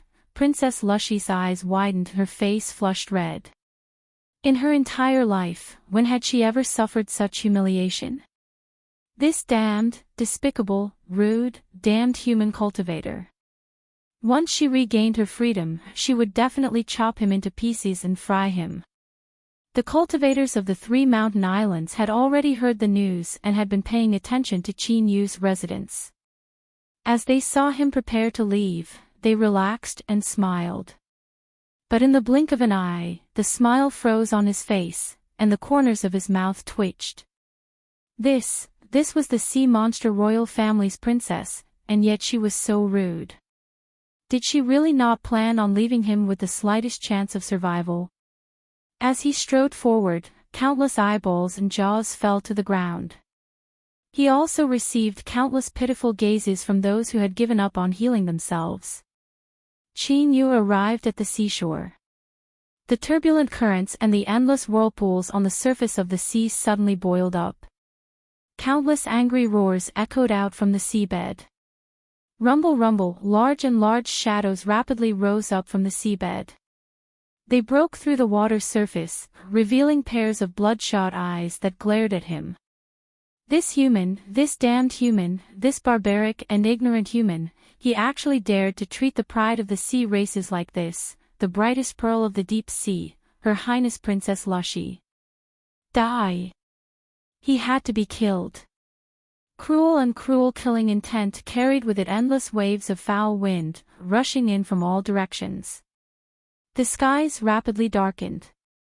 Endless water vapor rose into the air, as if a violent storm were brewing.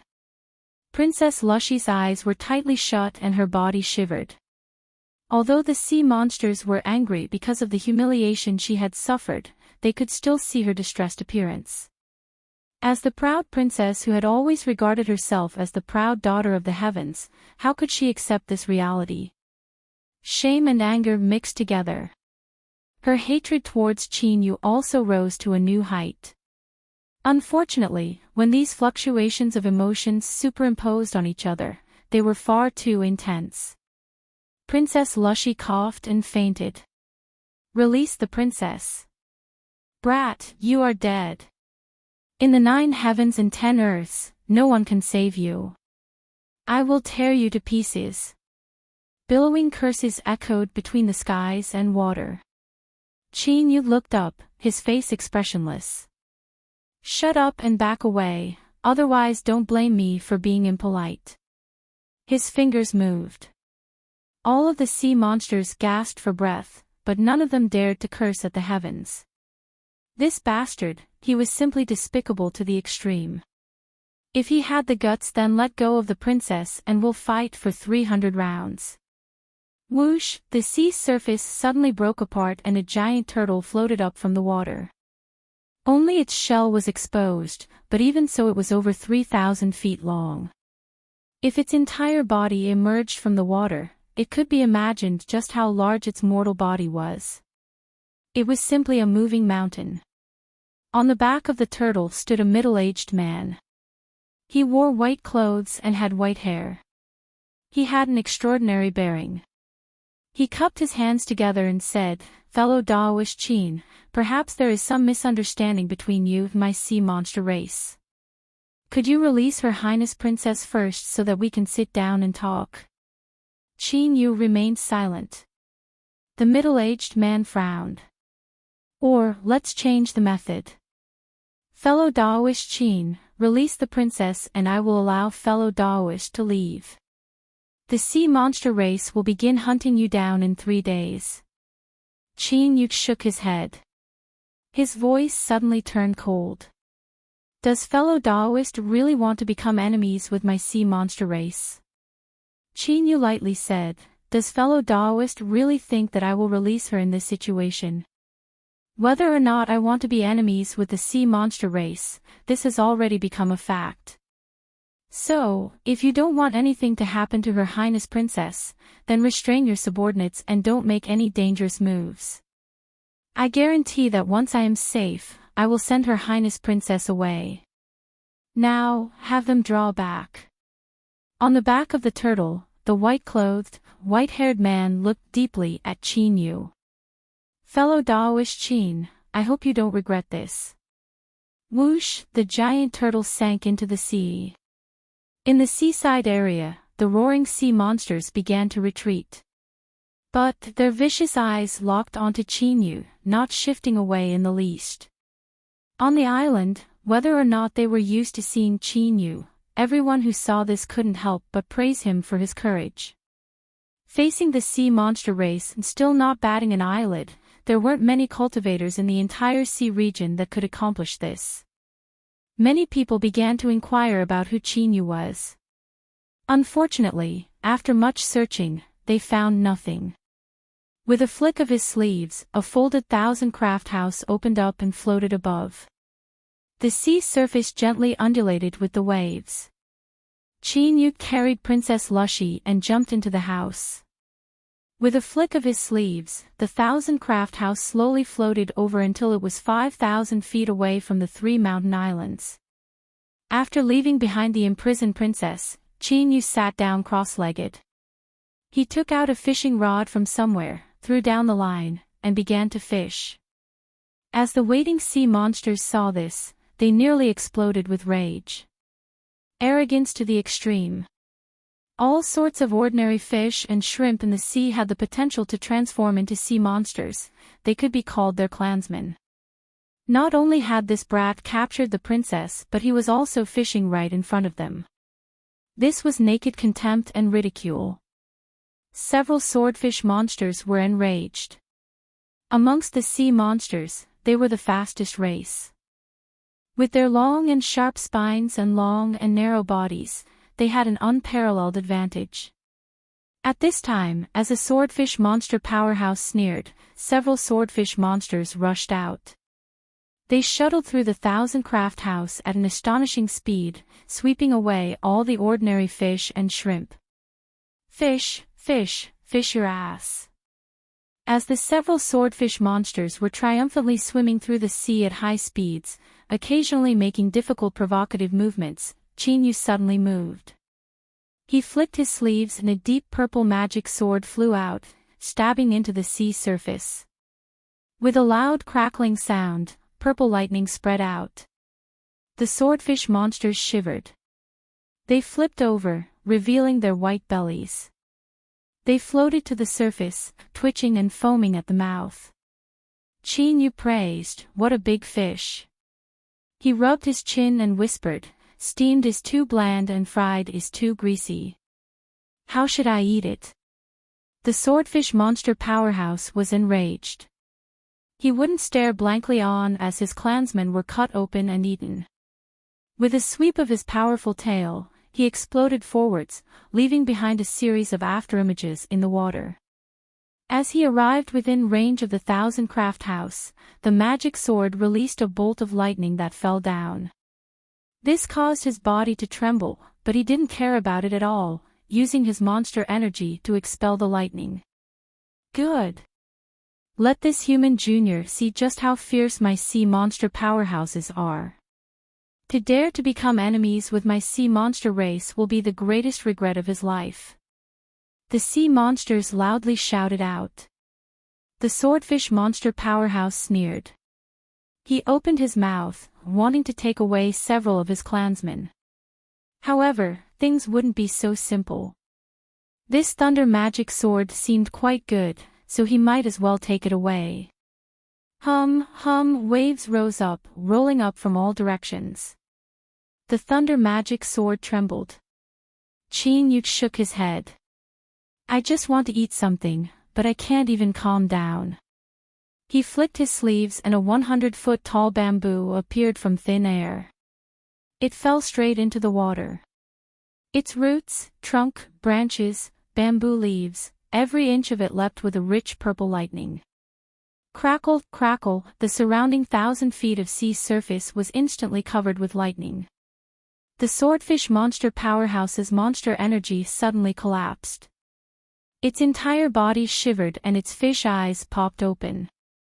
Its body slowly flipped over, following in the footsteps of several juniors. Whoosh! On the surface of the sea, there was a great splash. Chinyu's eyebrows arched up. He had a look of praise on his face. This is truly worthy of being the depths of the sea. Even a fish can grow so large. I fear it's enough for an entire village of several hundred people to eat a delicious meal. Hee hee, I wonder just how many years it took for it to grow so large. If its meat is too old and chewed on like old tree roots, then it wouldn't be interesting at all. He hesitated for a moment.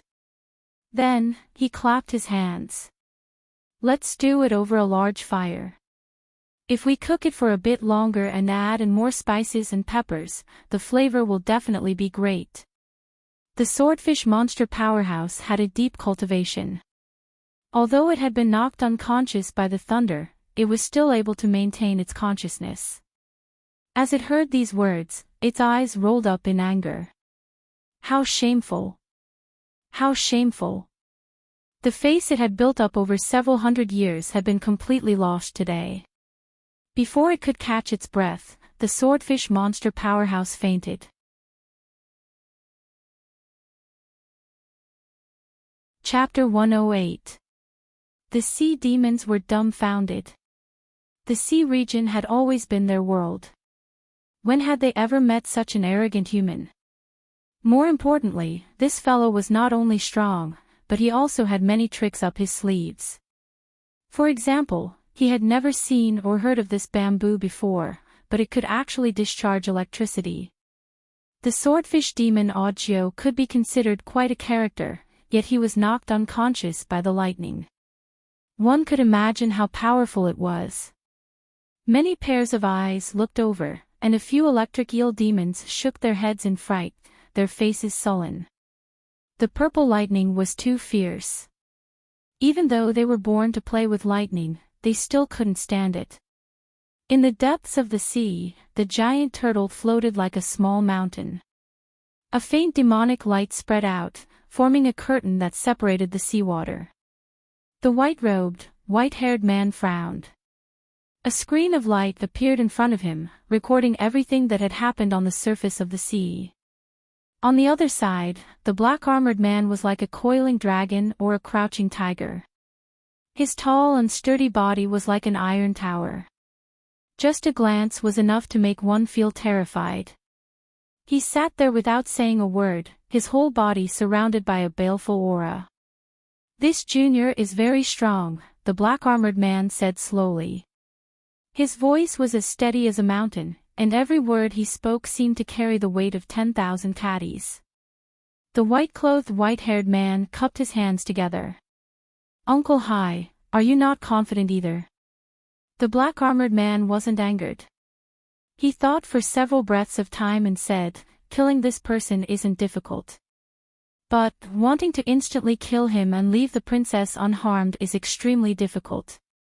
The sea monsters on the surface didn't know the black-armored man's evaluation, otherwise they would have cried out in alarm. Just how proud was this whale sovereign that he would give such a high evaluation to a junior? The white-haired, white-clothed man bitterly smiled. "Are we just going to allow him to continue being so impudent? Where would the face of my sea demon race go?" The whale sovereign looked up, a sharp light flashing in his eyes. His body stiffened and his heartbeat nearly stopped.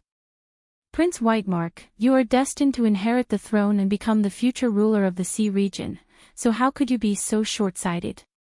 What was face?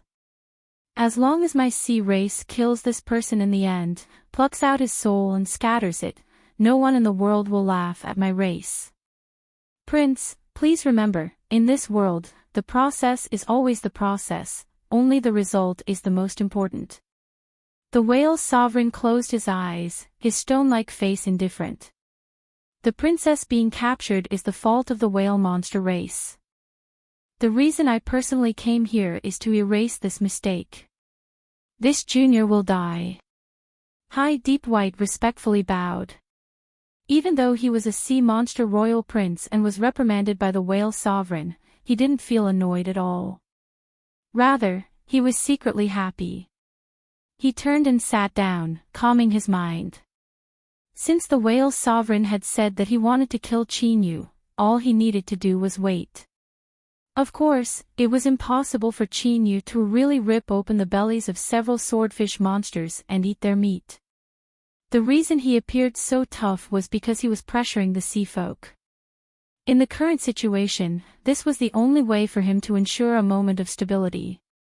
If he showed even the slightest intention of retreating, did he really think that the sea demon tribe was a bunch of pushovers?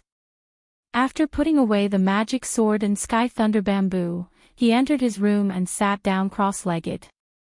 Naturally, he wasn't cultivating, he only closed his eyes to meditate. Princess Lushy was right next to her. With a wave of his hand, he could grab her and end her life in the next moment. That was the worst possible outcome. Although Chinyu had said that regardless of whether he wanted to or not, he had already formed enmity with the sea monster races, hatred was divided into different levels. Capturing the princess was one thing, but killing the princess was another matter altogether. He hoped that he could safely drag things out until the Netherworld ship arrived. As long as he boarded the ship and entered the Netherworld sea region, he would be safe. Everyone knew that the sea monsters of the Netherworld sea region weren't controlled by the sea monster royal family.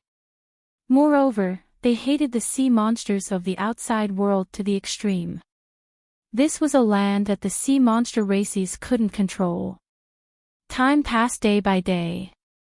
The sea monsters glared at him, but none of them dared to casually approach the thousand-craft house.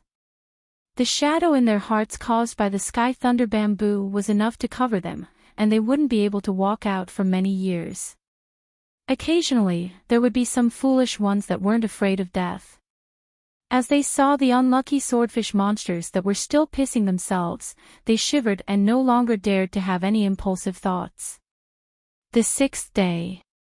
Chin-yu sat down cross-legged. His expression was calm and his breath was long and light. No one could sense that his heart was tense. Not long after he left the 3 mountain islands, a creepy feeling rose from the depths of his heart. It was like some peerless vicious beast had locked onto him. As long as he revealed the slightest flaw, those fierce fangs would tear apart his blood vessels and cleanly eat him up. This feeling was strange. No matter how Chin-yu sensed it, he couldn't find the source. But the more he sensed it, the heavier the dread in his heart became. The sea monster races must have sent a terrifying master here, hiding in the shadows, waiting for a chance to attack. Up until today, everything had been calm.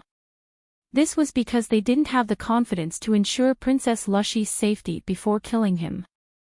Then, the chance they were waiting for was likely the Netherworld ship. When the Netherworld ship arrived, countless cultivators would surge forth. This would inevitably affect his senses and give the sea monster powerhouses a chance. Moreover, it couldn't be forgotten that there was another unknown factor hidden beside Chin-yu, Princess Lushy. Although this princess had remained quiet after being captured by Chin-yu, as a sea monster royal family member, Chin-yu didn't believe that she didn't have any methods to deal with this. If so, then when the Netherworld ship arrived would be the time when Chin-yu would face the greatest danger. His thoughts raced. Since he realized this, he couldn't stand idly by and wait for death. A moment later, a plan gradually formed in his mind. After carefully thinking it over and determining that there was nothing wrong with it, Chin-yu calmed down a little. Now, all he had to do was wait for the Netherworld ship to arrive. 2 days later, at some point, the temperature between the heavens and earth suddenly fell by a great deal. A cold-ine aura spread through the world. Chin-yu's eyes flashed open. He grabbed Princess Lushy and stepped out of the thousand-craft house. He looked up into the skies above. The sun was bright, but the sunlight had turned pale white. It was icy cold, as if there was no warmth at all when it fell on his body. Waves suddenly rose up on the calm sea surface. They grew from small to large, becoming a raging tsunami. Around the thousand-craft house, countless sea monsters revealed looks of disgust and disgust. They couldn't hide their fear as they turned to look deep into the sea. At some unknown time, a massive fog had appeared there. The deep gray color was cold and bleak, causing one's heart to subconsciously shiver. Wallala, wallala, there was the sound of seawater breaking apart. Like this, a large ship sailed out from the fog. It had a mottled hull, a broken ram, and a towering mast with damaged sails hanging from it. At first glance, it seemed like such a dilapidated ship. A slightly larger wave would be able to smash it into countless pieces. But, it walked through the raging waves as if it were walking on flat ground. The massive hull floated above the waves, as if it were on a different plane. No matter how the waves crashed against it, it didn't shake at all. That iron chill that caused the temperature between the heavens and earth to fall came from this ship, as if it came from the Netherworld and was stained with the aura of the dead. Netherworld ship. There were loud shouts from the 3 mountain islands. Countless cultivators widened their eyes, their faces filled with ecstasy and excitement. The crowd began to gather and stir restlessly, but no one moved. This was because it was impossible to board the Netherworld ship before it stopped. If they recklessly approached, they might even be injured by the iron-cold aura of the ship. Everyone's eyes widened as they waited for the Netherworld ship to stop. There was only one exception. Chinyu lowered his head and looked at Princess Lushy in his hands. Whether or not this matter would succeed would depend on how much weight the princess had in the hearts of the sea monster races. Princess Lushy's heart shrank as a foreboding feeling rose in her heart. But before she could speak, a surge of magic power broke into her body. Her eyes widened in disbelief and she fainted before she could even utter a single sound. "Brat, what do you dare? If you harm the princess in the slightest, I will skin you alive. You bastard, you still haven't let go." Even though the Netherworld ship had arrived, the sea monster races still didn't let go of Chinyu's surveillance. His every move and action was watched by countless eyes. What he did to Princess Lushy immediately caused the eyes of countless sea monsters to turn bloodshot. Chinyu had no expression. He said in a low voice, "Fellow Taoists of the sea monster race, today I will be the first to step onto the Netherworld ship." He didn't hide anything. With the support of magic power, his voice echoed through the air. On the 3 mountain islands, countless cultivators were rubbing their fists in anticipation. Then, they were immediately enraged. "You are the first one, but what about us?" In particular, some tyrannically strong individuals who were filled with confidence had gloomy complexions that seemed as if they could drip water. The Netherworld ship was extremely difficult to board. One needed to fight for a position, and if they didn't stay for a certain amount of time, it would cause serious bloodshed. With so many negative conditions, correspondingly, there had to be some benefits as compensation. These benefits were prepared for the first cultivator to step onto the Netherworld ship. The yin-cold strength that hadn't dissipated from the ship would condense into a block of black ice. To the variant sea monsters of the Netherworld sea region, this was a great temptation.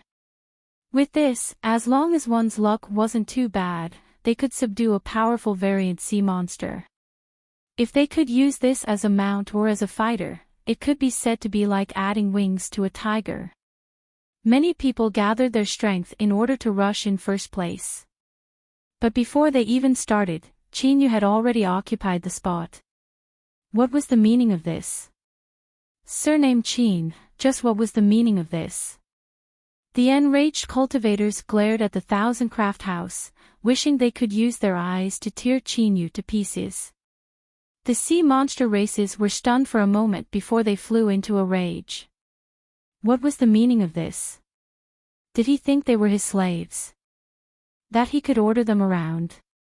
This human cultivator really deserved to be skinned alive.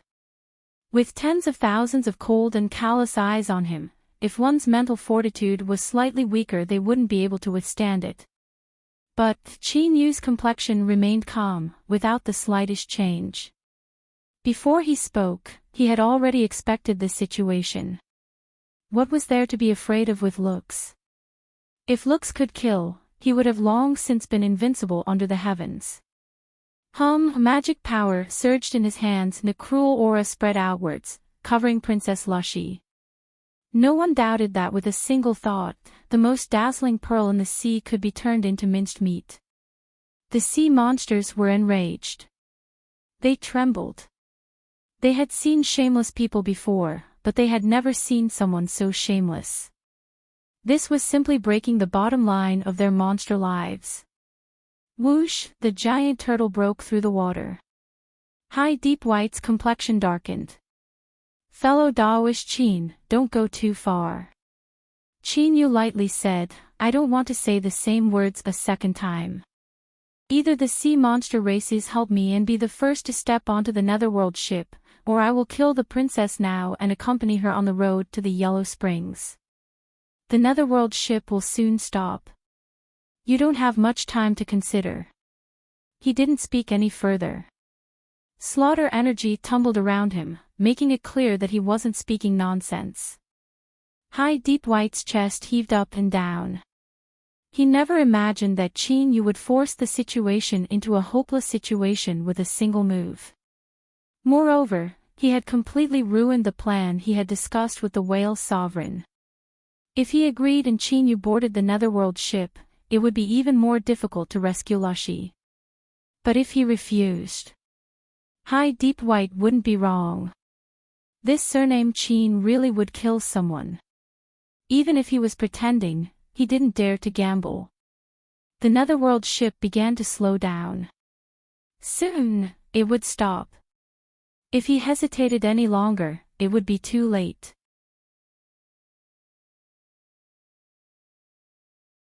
Chapter 109.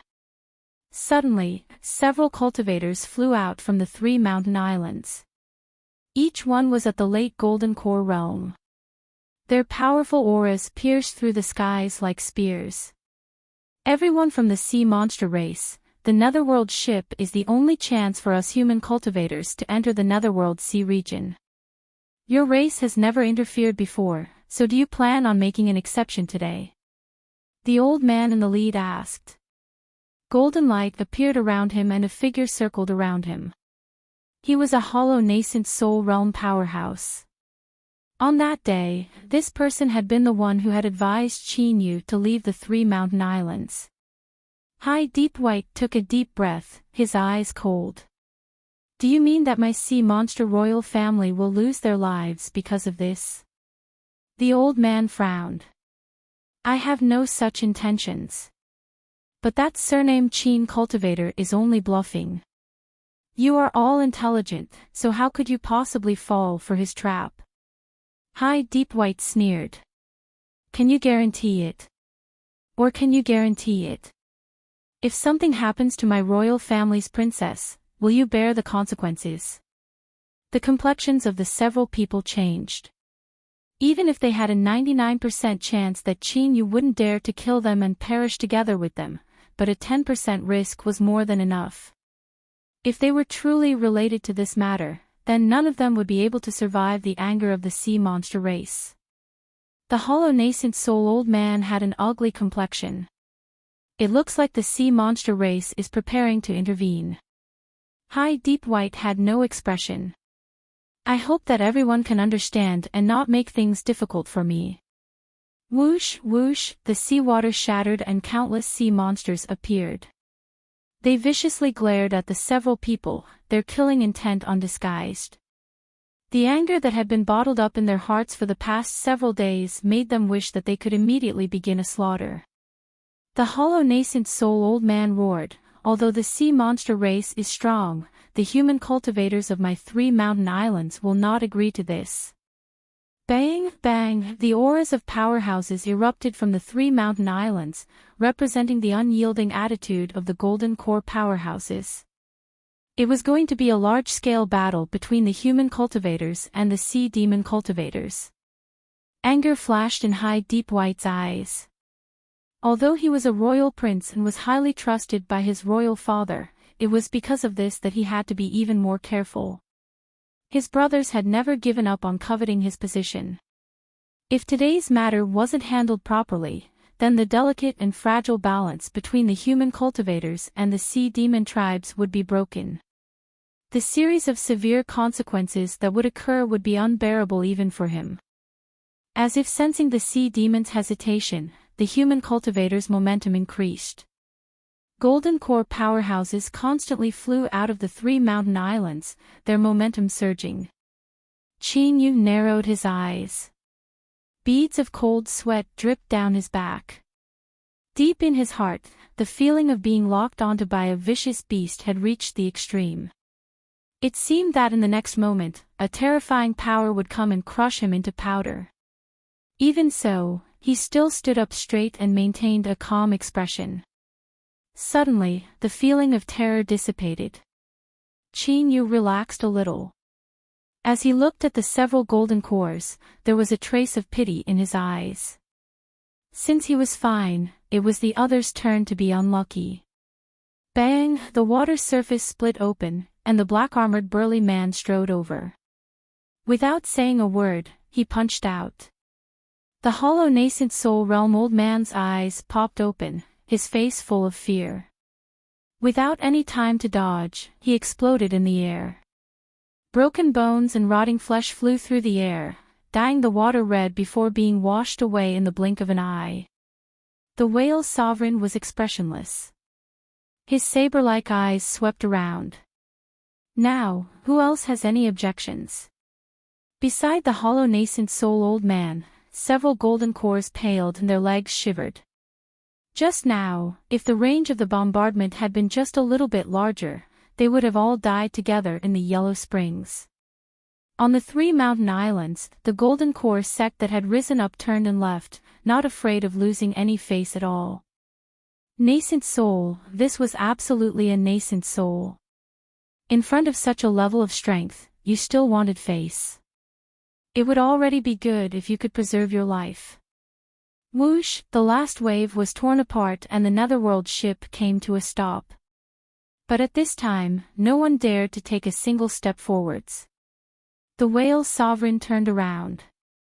His black armor rubbed against each other, causing light cracking sounds to ring out. His eyes were as sharp as arrows shooting out from the heavens. Qin Yu's face was a bit paler, but his body was still straight as before. He grabbed onto Princess Lushy's hand, not trembling in the least. A deep light flashed in the depths of his eyes. The whale's sovereign slowly said, "The sea monster races agree to your request. After we enter the Netherworld Sea region, we will allow the princess to leave. Otherwise, I swear that no matter where you flee to, I will find you and kill you." No one doubted the oath of a nascent soul powerhouse. Qin Yu was no exception. "Senior, rest assured that I do not wish to end my life with the sea monster races." He stared at the whale's sovereign, motionless. The whale's sovereign turned around. "This matter is settled. I will leave first." Whoosh, the monstrous light flashed and he broke through the skies. The 3 mountain islands were thrown into chaos. But no matter how restless they were, no one dared to disobey the will of the whale's sovereign. High Deep White's complexion was ugly. "Fellow Daoish Qin, please. Qin, you put away the 1,000-craft house." Light flashed around him. He grabbed onto Princess Lushy and flew towards the Netherworld ship. The cultivators and sea monsters all had incomparably complex expressions. Ever since the Netherworld ship appeared, this was the first time such a situation had occurred. Despicable villain. Shameless to the extreme. Jealousy filled their hearts and they cursed endlessly. But they couldn't stop Qin Yu's figure at all. He landed on the Netherworld ship. A cold aura rushed into his body from the deck. All the hairs on his back stood up, but it immediately vanished from sight. It was like a mark had been left on a cultivator's body.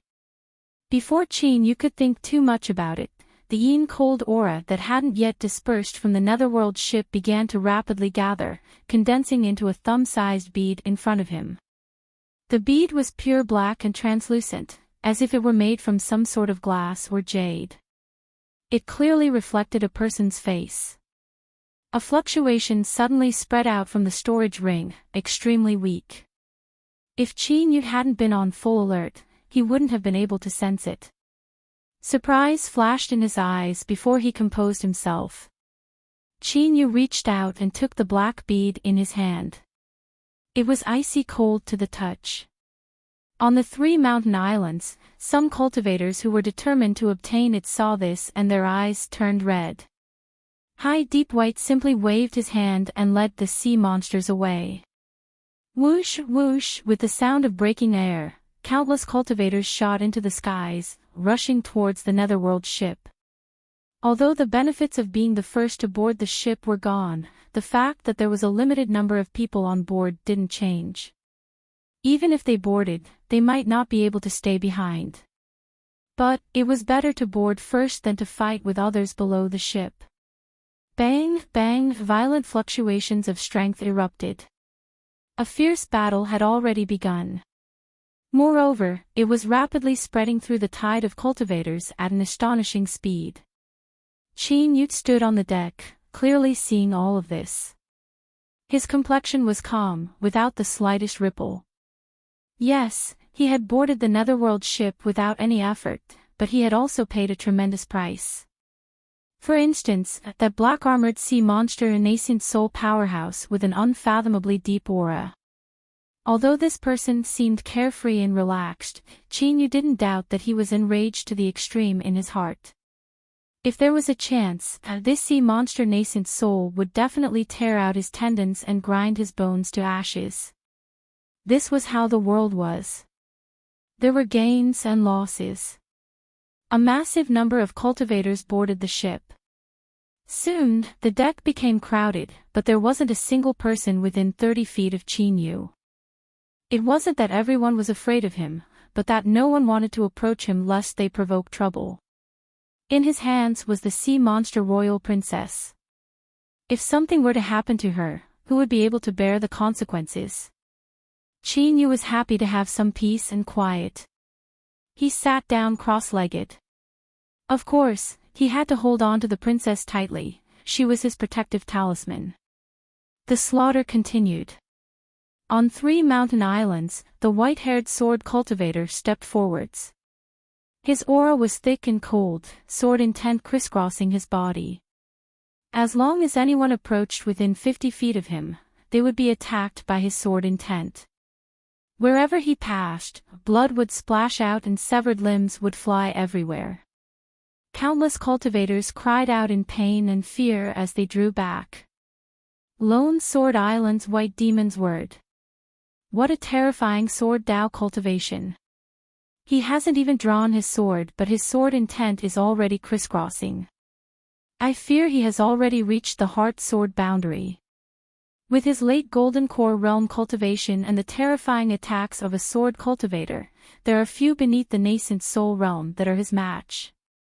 White Demon's word stepped on the void, his eyes looking at Chinyu with undisguised killing intent. He coldly sneered and the surrounding cultivators all retreated in panic. It looks like White Demon's word is very interested in the first place reward. That surnamed Qin cultivator borrowed the strength of the sea monster races to board the ship first, but he has also made many enemies for himself. After entering the Netherworld Sea region, if he doesn't release the princess, the sea monsters will definitely kill him. But if he releases the princess, that will be enough for him to drink.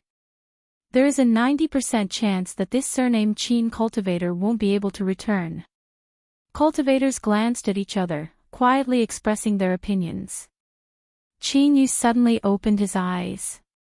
He looked at a pale-faced cultivator and lightly said, "If fellow Daoist can come back alive, I am sure we will meet again."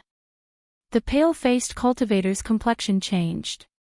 He revealed an awkward expression and turned to leave. Everyone else hurriedly shut their mouths, cursing their ears. They were so far away and their voices were so soft, yet they could still hear him. The air was filled with the scent of blood and the surface of the sea was dyed red. As time passed, the sounds of slaughter gradually faded away. In 2 hours, at least several hundred cultivators had died where they stood. Of course, most of them were at the Foundation establishment realm. As long as Golden Core Masters didn't look for trouble, boarding the ship was simple. Chinyu was still the focus of everyone's gazes. From time to time, people would glance at him, most of them filled with hostility. Thus, he didn't notice that there were several gazes that seemed off. Chi Quan clenched his teeth. That bastard's life is so tough. Even though I framed him, he still managed to survive. These sea monsters are really useless. Han Shanai frowned. Fellow Daoist Qi, be careful with your words. Chi Quan took a deep breath and nodded. Han Shanya's complexion relaxed a little. Fellow Daoist Qi, there is no need to worry. Although this plan wasn't able to kill him, I already have a plan in mind. After entering the Netherworld Sea region, this surnamed Qin cultivator will die without a doubt. Chi Quan's eyes brightened. Elder Han, are you speaking the truth? Han Shanai whispered several words into Chi Quan's ear. Chi Quan revealed a happy expression. He looked up at Chinyu, a fierce smile on his face. If everything went smoothly, then even if this person who killed senior apprentice Sister Xiang had 3 heads and 6 arms, he would still be torn to pieces by the sea monster races. Whoosh, the netherworld ship began to move without warning. It tore through the waves and sailed into the fog. The cultivators on board were stunned for a moment before being overjoyed. No one thought that the netherworld ship would stop for such a short period of time. From start to finish, it had only been a little over 2 hours. Outside the ship, the cultivators that didn't have a chance to board were left panic-stricken. Many of them were injured and had been preparing to rest and recuperate before attacking, but who knew things would turn out like this? In a hurry, nearly 100 cultivators shot up into the skies, all of them attacking the cultivators they had chosen in order to seize a spot in the final moments. The cultivators that were attacked resisted with all their strength, not hoping to injure or kill their opponents. As long as they could last for a moment, these people would naturally retreat. Ah! There was a miserable cry from outside the ship. A cultivator wasn't paying attention and was suddenly covered by a mass of fog. It was like he had fallen into acid. His flesh and blood began to rapidly corrode, revealing his organs and bones. He struggled to escape, but even though he flew out of the range of the fog, the corrosion was still like maggots in his bones. Finally, he fell into the sea, splashing blood everywhere. The cultivators chasing the netherworld ship had no choice but to stop in fear. They looked on with unwillingness as the ship entered the range of the fog. Several breaths of time later, a sea breeze blew past and the fog rapidly dissipated. The calm sea surface returned to its original state, with no trace of the netherworld ship to be seen. #######. My wife had a cesarean section in the afternoon. At noon, I hurried back to my hotel to write. I didn't have any intention of acting pitiful. After all, I liked this profession and it had given me sufficient rewards. I only hoped that every reader could understand the helplessness an author would feel at times and that they would do their best to acknowledge their work.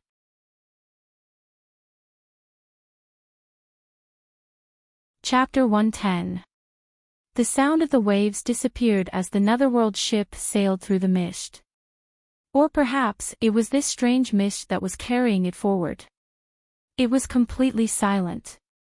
Chinyu keenly sensed that more and more people were looking at him. The awe and fear in their eyes had greatly diminished, replaced by a burning heat. He wasn't unfamiliar with this sort of gaze. After thinking for a moment, he locked onto Princess Lushy.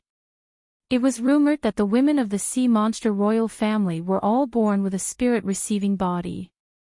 As they cultivated, they would accumulate a massive amount of heaven and earth spiritual strength within their bodies. They couldn't use this spiritual energy themselves, but they could transfer it to their husbands after they got married and help their cultivation greatly increase. Now, it seemed that the rumor was true. Chinyu's eyes flashed and he composed himself. Even if there were people who coveted Princess Lushy, no one dared to do anything in front of everyone. Otherwise, once the news was leaked, what awaited him would be an extremely tragic end. Lying on the deck, Princess Lushy revealed her exquisite body. Her long eyelashes fluttered for a moment before she fell silent. After an unknown period of time, just as Chinyu thought that someone couldn't hold themselves back any longer, the netherworld ship trembled and the sound of crashing waves came from within. They had arrived at the netherworld sea region. As expected, the mist quickly dispersed, and an unfamiliar region of the sea appeared before everyone's eyes. The sky was dark and overcast, giving off the oppressive feeling of a gloomy rainy day. The reflection of the sea surface was almost black. The raging waves rolled and roared incessantly, and the wind howled in the air. Whoosh, whoosh, without warning, the moment the netherworld ship came to a stop, the cultivators on board burst out, including Chinyu. At this moment, regardless of their cultivation level, they all used all their strength and burst forth with their fastest speed. The Netherworld ship connected the Netherworld sea region to the outside world. Every time it opened, it needed to collect a certain amount of sacrifices. The sacrifices were the cultivators who boarded the ship. Even though the offerings were chosen randomly, those who were left behind had a much higher chance of being chosen. Ah! With panicked screams, several cultivators were wrapped up in a blood-red light. They were the Netherworld ship's choices.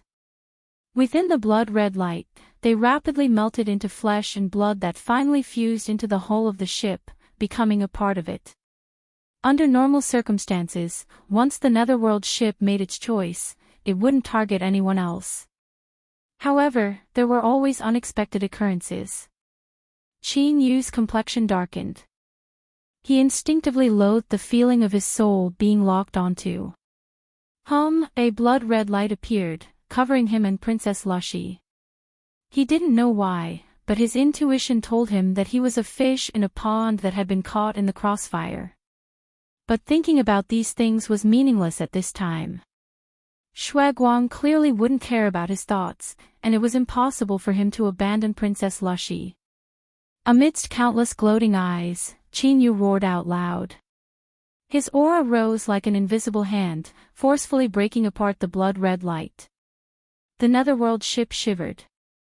At this moment, Qin Yu's hairs stood on end.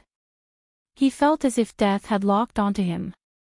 But in the next moment, this feeling vanished, as if it had never appeared. Fear appeared on the faces of countless cultivators. There had been people who had rejected the Netherworld ship's sacrifice long ago. Each one of them was an absolute powerhouse, and their strength was terrifying to the extreme. It seemed that besides what Qin Yu had revealed, he was also hiding his strength. Sinister as expected. Many of the cultivators cursed in their hearts, but they were secretly glad that they did not act rashly. Whoosh whoosh, the cultivators on the ship dispersed, some in groups of 3 to 5, but most chose to travel alone. The Netherworld sea region was incomparably dangerous and the death rate was extremely high. Most of these people died from the hands of those who were hiding in the shadows. Although it seemed safe to travel with others, that wasn't necessarily true. Qin Yu lifted Princess Lushy and held away. But at this time, a figure suddenly blocked his path. White hair and sword. It was White Demon's word. His eyes were wild and his expression was icy cold. Fellow Daoist Qin, I hope that we do not meet again. A chill circulated in his voice.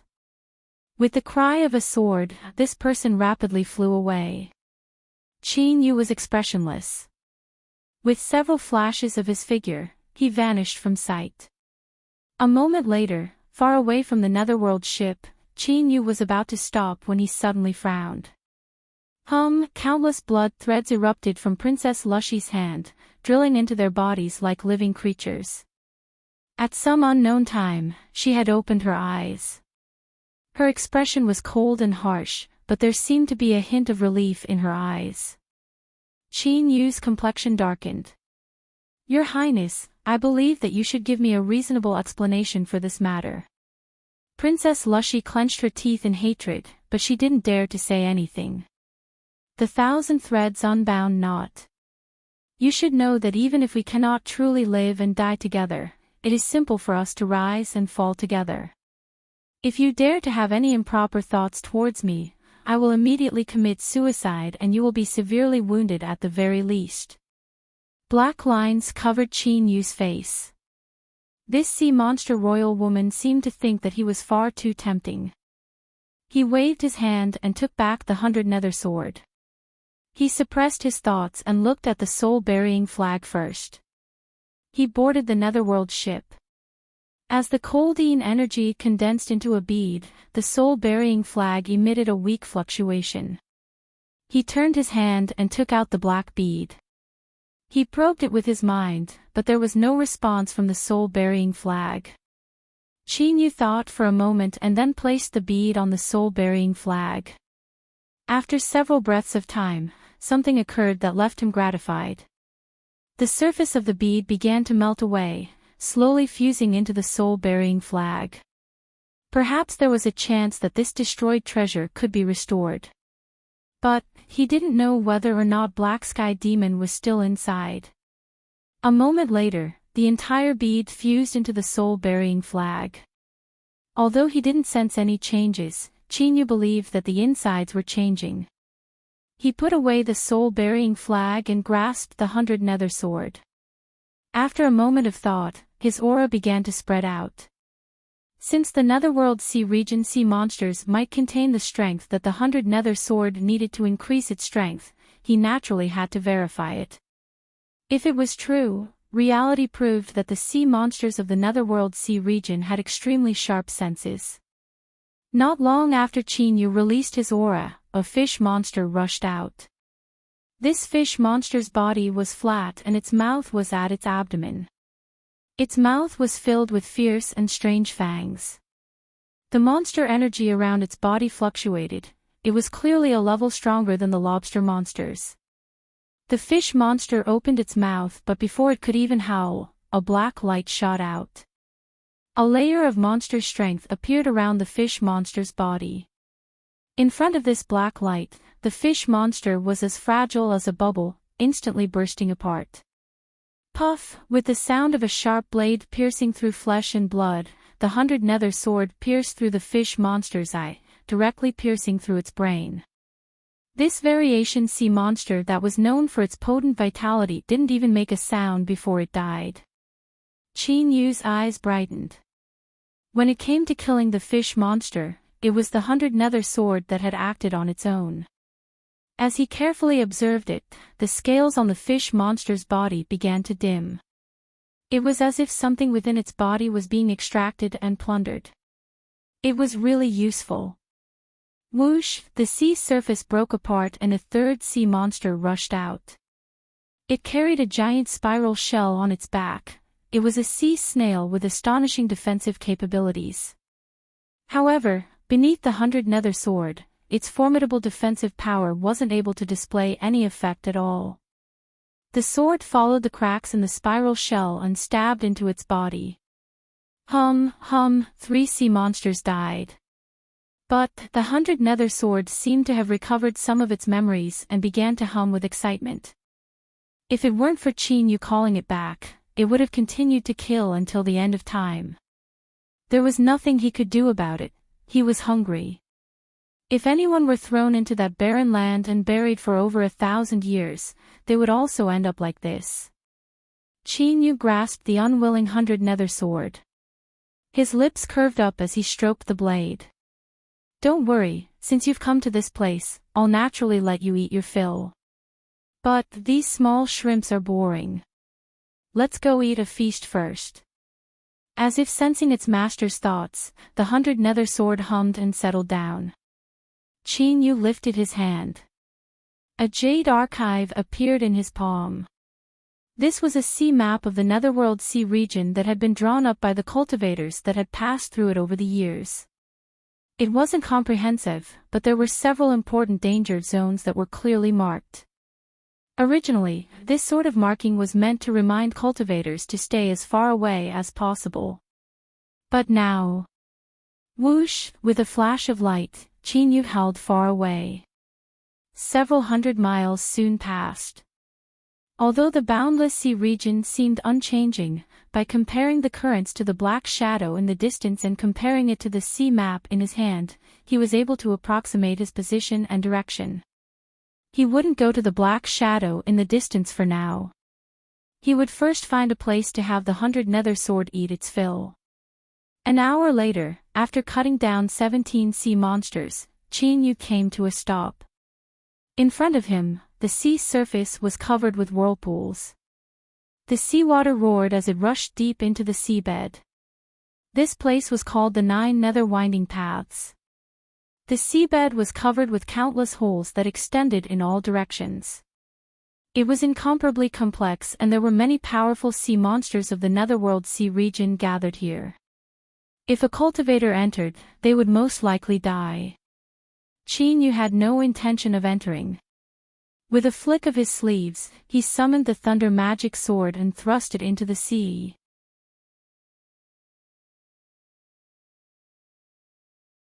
Chapter 111. Purple lightning spread out.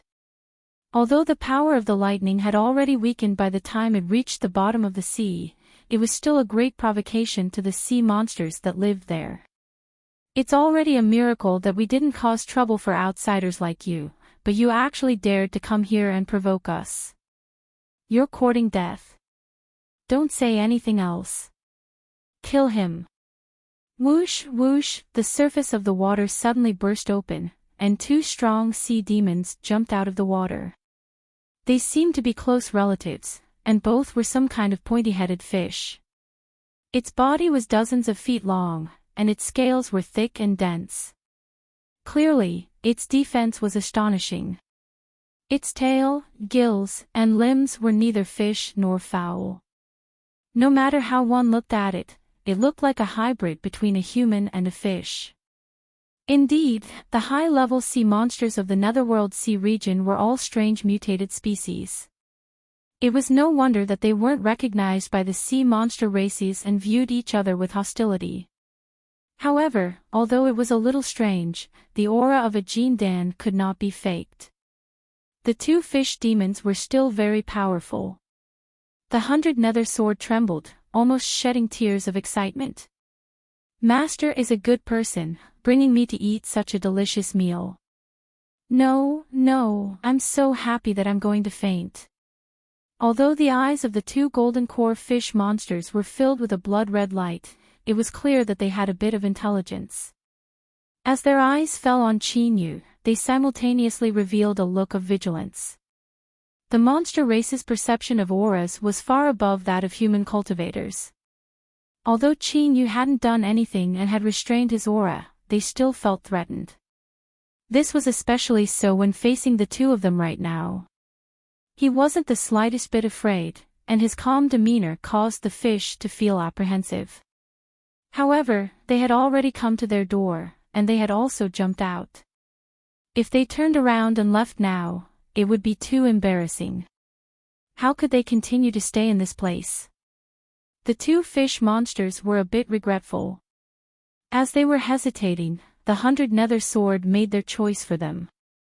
Whoosh, the scabbard was unsheathed and slashed down. Putting aside the power, just this aura alone was definitely full marks. But this time, the 100 Nether Sword had suffered. Although there were many Golden Core Realm fish monsters in the sea region, they were still absolutely powerhouses. How could it be so easy for you to cut it up like vegetables? As the demonic light erupted, the 100 Nether Sword was trapped within. It trembled and found it hard to break free. Bang! A column of water shot out. The 100 Nether Sword was bent and sent flying back. The two fish monsters revealed complacent expressions. The crab monster was a bit resentful, but he was even more smug. He coughed and looked around. Did you see that? That ruthless fellow that cut down Boss Fish and second brother Fish just ran away in fright when facing this old crab monster. What is dignity? What is momentum? What is subduing the enemy without a fight? Do you understand now? The crab monster waved its pincers in high spirits. Then, it turned and dove back into the sea. Chinyu's face was gloomy. He had already stimulated the blood escape art to the limit. The 100 Nether Sword could feel the chill in its master's heart and obediently remained motionless. Just now, when the crab monster broke through the water, Chinyu felt his heart skip a beat, as if a great calamity was about to befall him. This feeling was inexplicable, but it was also real and intense. It was like a blade had been placed on his body, ready to cut him down at any moment. In that instant, Chinyu thought of Princess Lushy and the 1,000-thread Everknot she used. This woman, she actually hadn't broken the connection. Chinyu had an impulse to curse out loud. If something were to happen to Princess Lushy, then disregarding the anger of the sea monster races, he would immediately be severely wounded and on the verge of death. In a place like the Netherworld Sea region, to be reduced to such a state, how was that any different from dying? Chinyu clenched his teeth. The blood-red flames around him burned even more fiercely and he sped up even more. Somewhere in the netherworld sea region, giant waves tumbled about. Deep rumbling sounds came from the bottom of the water. A battle was underway. Princess Lushy's original form was a flood dragon, and she was being besieged by 4 variation sea monsters. Although a flood dragon's body naturally possessed the ability to control seawater, she was far too young and her strength was lacking. Beneath the siege of 4 powerful sea monsters, she could only bitterly persist. In the periphery, several black-robed cultivators sneered. The spirit medicines that the Holy Lord bestowed upon you are truly fierce. They can even temporarily control variation sea monsters. If it weren't for them, wanting to capture that little girl wouldn't have been easy. This voice was familiar. It was the demonic path cultivator Han Shanai. He shook his head, a bit helpless. What a pity, a royal woman must have a perfect body in order to be used as a sacrifice, otherwise, Chi Quan flattered, Elder Han, once you capture the sea monster royal, you will definitely be able to help the Saint Furnace complete its awakening. At that time, the Saint's Sun will reward you handsomely and your cultivation will rise greatly. Han Shanai laughed. After this, I will make some arrangements. I will have the sea monster races blame the death of the princess on that surnamed Sheen cultivator. At that time, even if he has 3 heads and 6 arms, he will still die in the sea region. Fellow Daoist Chi will have avenged Fairy Xiang. Chi Quan cupped his hands together. Thank you for Elder Han's brilliant plan. Han Shanai smiled in satisfaction. The Holy Lord had arranged this mission and sent 2 Saint Sons. This was because he valued the furnace as well as a test for the Saint Sun.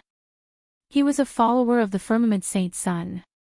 If he could help the Saint Sun win, then what could the present rewards be compared to his future prospects? This was the most important thing. A cold light flashed in Han Shanya's eyes. We've already delayed long enough. The little girl doesn't have much monster strength left.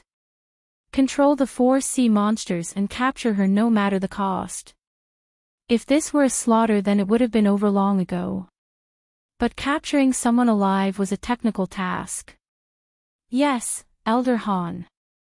A demonic path cultivator took out a magical shell and blew into it. Sound waves spread out and the 4 controlled sea monsters immediately went berserk. Princess Lushy, who was struggling to support herself, was instantly surrounded by danger. Countless wounds appeared on her body, and the smell of flood dragon blood caused the 4 sea monsters to release their instinctive brutality. Their attacks became even more ferocious. A demonic path cultivator took out a bowl-shaped magic tool and absorbed the flood dragon blood that fused into the seawater. This was to prevent the smell of blood from spreading out and attracting other sea monsters. This robbery had clearly been premeditated. Not only could they capture a sea monster royal and use her as a top sacrifice, but they could also shift the blame onto Qin Yu and force him to his death. More and more blood flowed out of Princess Lushy. Her body began to turn cold and weak. For the first time, fear appeared in her flood dragon eyes. In order to maintain the dignity of the royal family, no matter how afraid she was, she could maintain her calm and composure in front of others. But in terms of the flood dragon race's age, she was still a little girl in her teens. When death arrived, she would still feel fear. King Father, Queen Mother, Big Brother, where are you? Lushy is about to die. Hurry and save me. Tears flowed out, condensing into round pearls that fell into the dark seabed, as if foretelling her doomed fate. Inexplicably, the princess thought of Qin Yu. This was all because of that despicable human cultivator, otherwise how could she have fallen to such a state? If I die, King Father and the others will definitely take revenge for me, and you can forget about living either. No, that's not right, the 1000-thread Everknot is still here. If I die, even if he doesn't die, he will still lose 7 or 8 layers of skin. At that time, he will definitely be eaten up by the variation sea monsters. As she thought this, Princess Lushy didn't feel any guilt at all. Rather, she felt a bit gratified. That Qin bastard deserved what he got. Suddenly, a fluctuation spread outwards. Flood dragons had an innately sharp perception towards water currents. Princess Lushy looked up with teary eyes.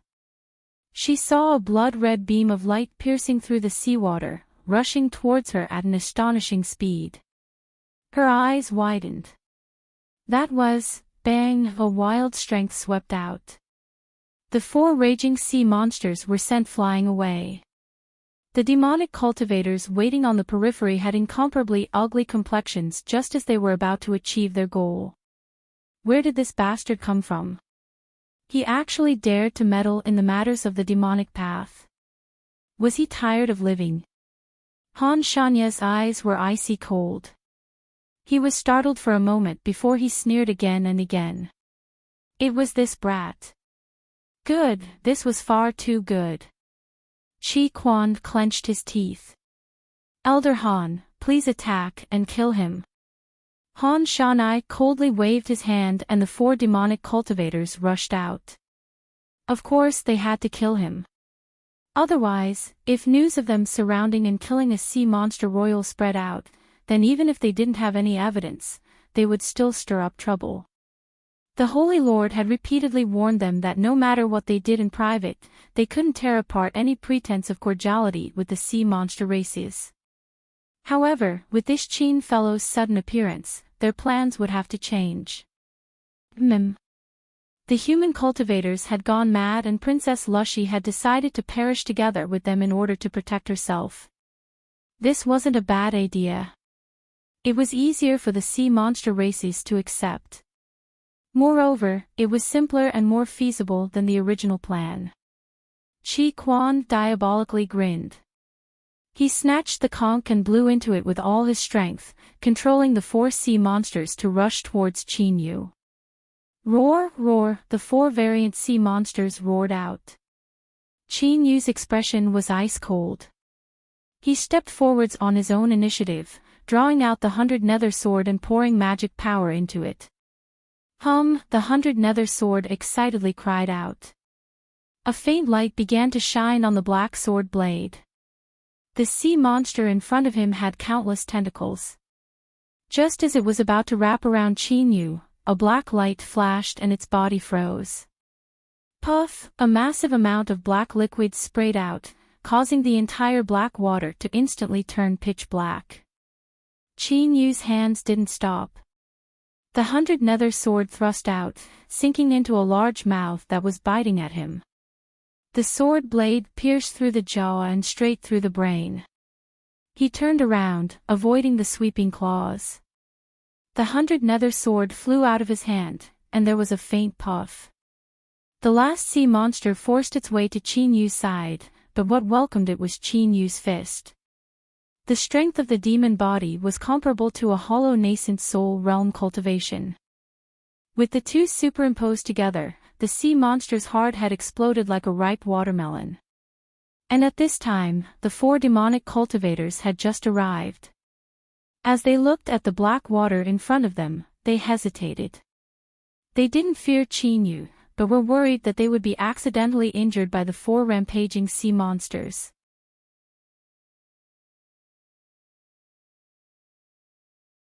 Chapter 112. Chi Quan activated his magic power to blow the conch. He stared at the blackened seawater, his eyes filled with violence and excitement. Kill, kill, kill. Tear him apart. At this moment, a light, "Kacha" sound came from his hand. Chi Quan's face stiffened, and he looked down in astonishment. When he saw a crack on the conch, his eyes went wide. Bang! The conch exploded, and countless fragments flew out, piercing Chi Quan's head and face. His 2 eyeballs were extremely unlucky, and they exploded on the spot.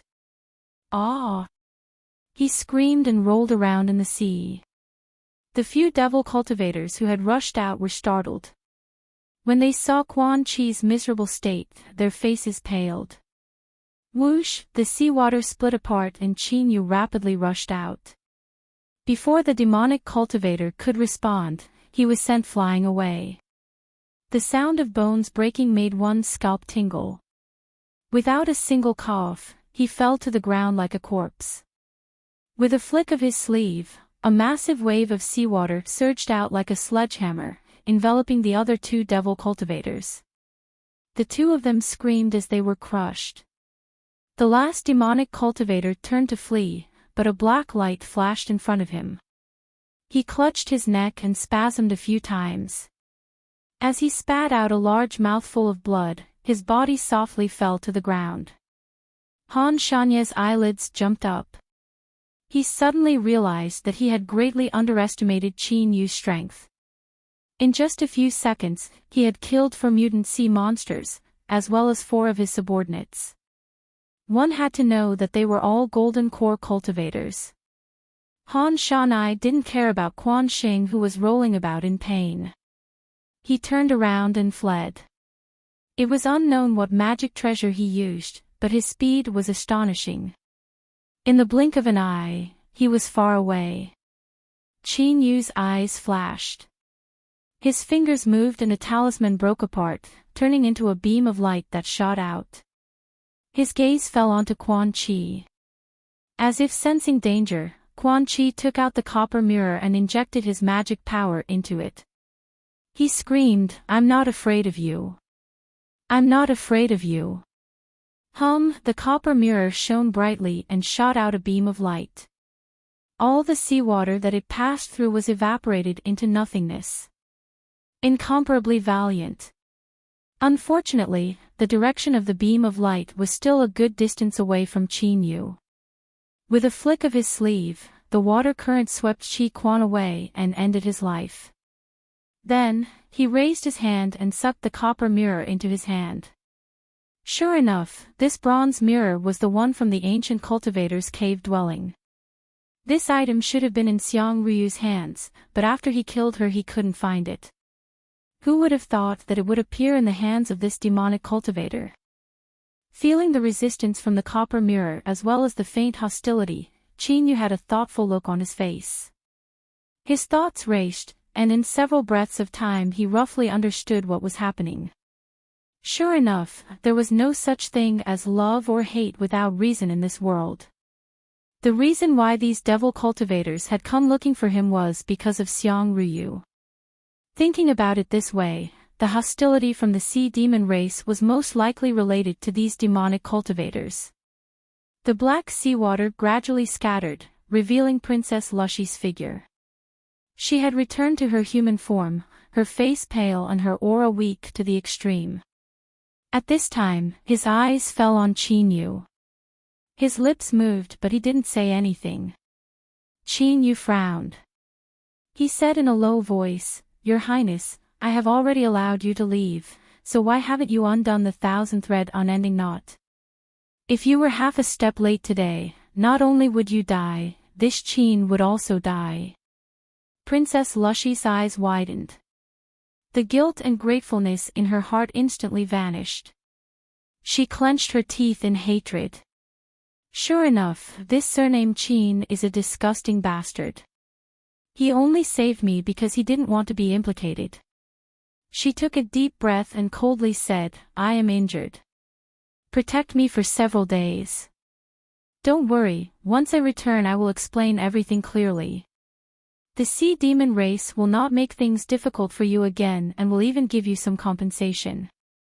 Qin Yu thought for a moment and nodded. His complexion was still ugly. It had to be known that there was a limit to how long he could stay in the Netherworld Sea region. He still had many things he needed to do, so where did he have the time to waste? But leaving behind Princess Lushy clearly wasn't an option. This woman would definitely use the 1,000-thread unending knot as an excuse. In addition to the potential threat of the sea demon race, Princess Lushy's teeth itched. "If it weren't for you, would I have ended up in this situation? Bastard!" But the princess had clearly forgotten that it was she who had been deceived by others and provoked Qin Yu first. Of course, this wasn't something the princess would think of. Even if she did, she would subconsciously ignore it. Qin Yu didn't bother with any nonsense. He grabbed Princess Lushy and rapidly flew away. Princess Lushy clenched her jaws. Endure, endure, I will endure. After flying out 1,000 miles and dealing with several sea monsters along the way, Qin Yu dug out a cave dwelling on a reef at the seabed. Thankfully, the terrain of the Netherworld Sea region was complex. There were trenches that were hundreds of thousands of feet deep and immeasurably terrifying, and there were also towering mountains that were less than 100 meters from the sea. Otherwise, just the seawater alone would have crushed a person to death, so how could he have even thought of digging out a cave dwelling? Qin Yu tossed down some pills and returned to his room. Princess Lushy hesitated again and again. In the end, she took the pill and carefully examined it. Then, she clenched her teeth and swallowed it. Soon, her eyes brightened and the worry on her face scattered. She quickly closed her eyes and began to heal. At this time, Qin Yu was holding the 100 nether sword, carefully sensing its changes. After this demonic treasure swallowed 6 golden core variant sea monsters, besides the blade becoming a deeper color, there wasn't any other change to its surface. Qin Yu carefully probed it. Its aura was only slightly stronger than before. But after killing 3 variant sea monsters, he could feel just how powerful it was. He stroked the scabbard, feeling the rough bumps and bumps. He thought for a long time, a thoughtful expression on his face. It seemed that although the 100 nether sword had recognized him as its master, it hadn't truly opened up to him. But that didn't matter. Since it had already recognized him as its master, there would be plenty of time in the future.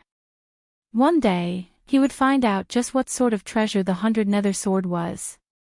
He placed it in his storage ring and took out another object. It was the copper mirror he had just obtained. Including this object, all of the harvests from the ancient cultivator's cave dwelling had fallen into Qin Yu's hands. He hadn't painstakingly schemed against anyone, but the people who schemed against him had already died. It wasn't too big nor too small, it could be considered a taunt. Returning to the main topic. The copper mirror clearly rejected him. This was different from when a magic tool's master died and its relationship with a magic tool was immediately dissolved. Qin Yu wasn't startled or angry. Instead, he smiled. This was because this meant that the copper mirror was no longer a dead magic tool.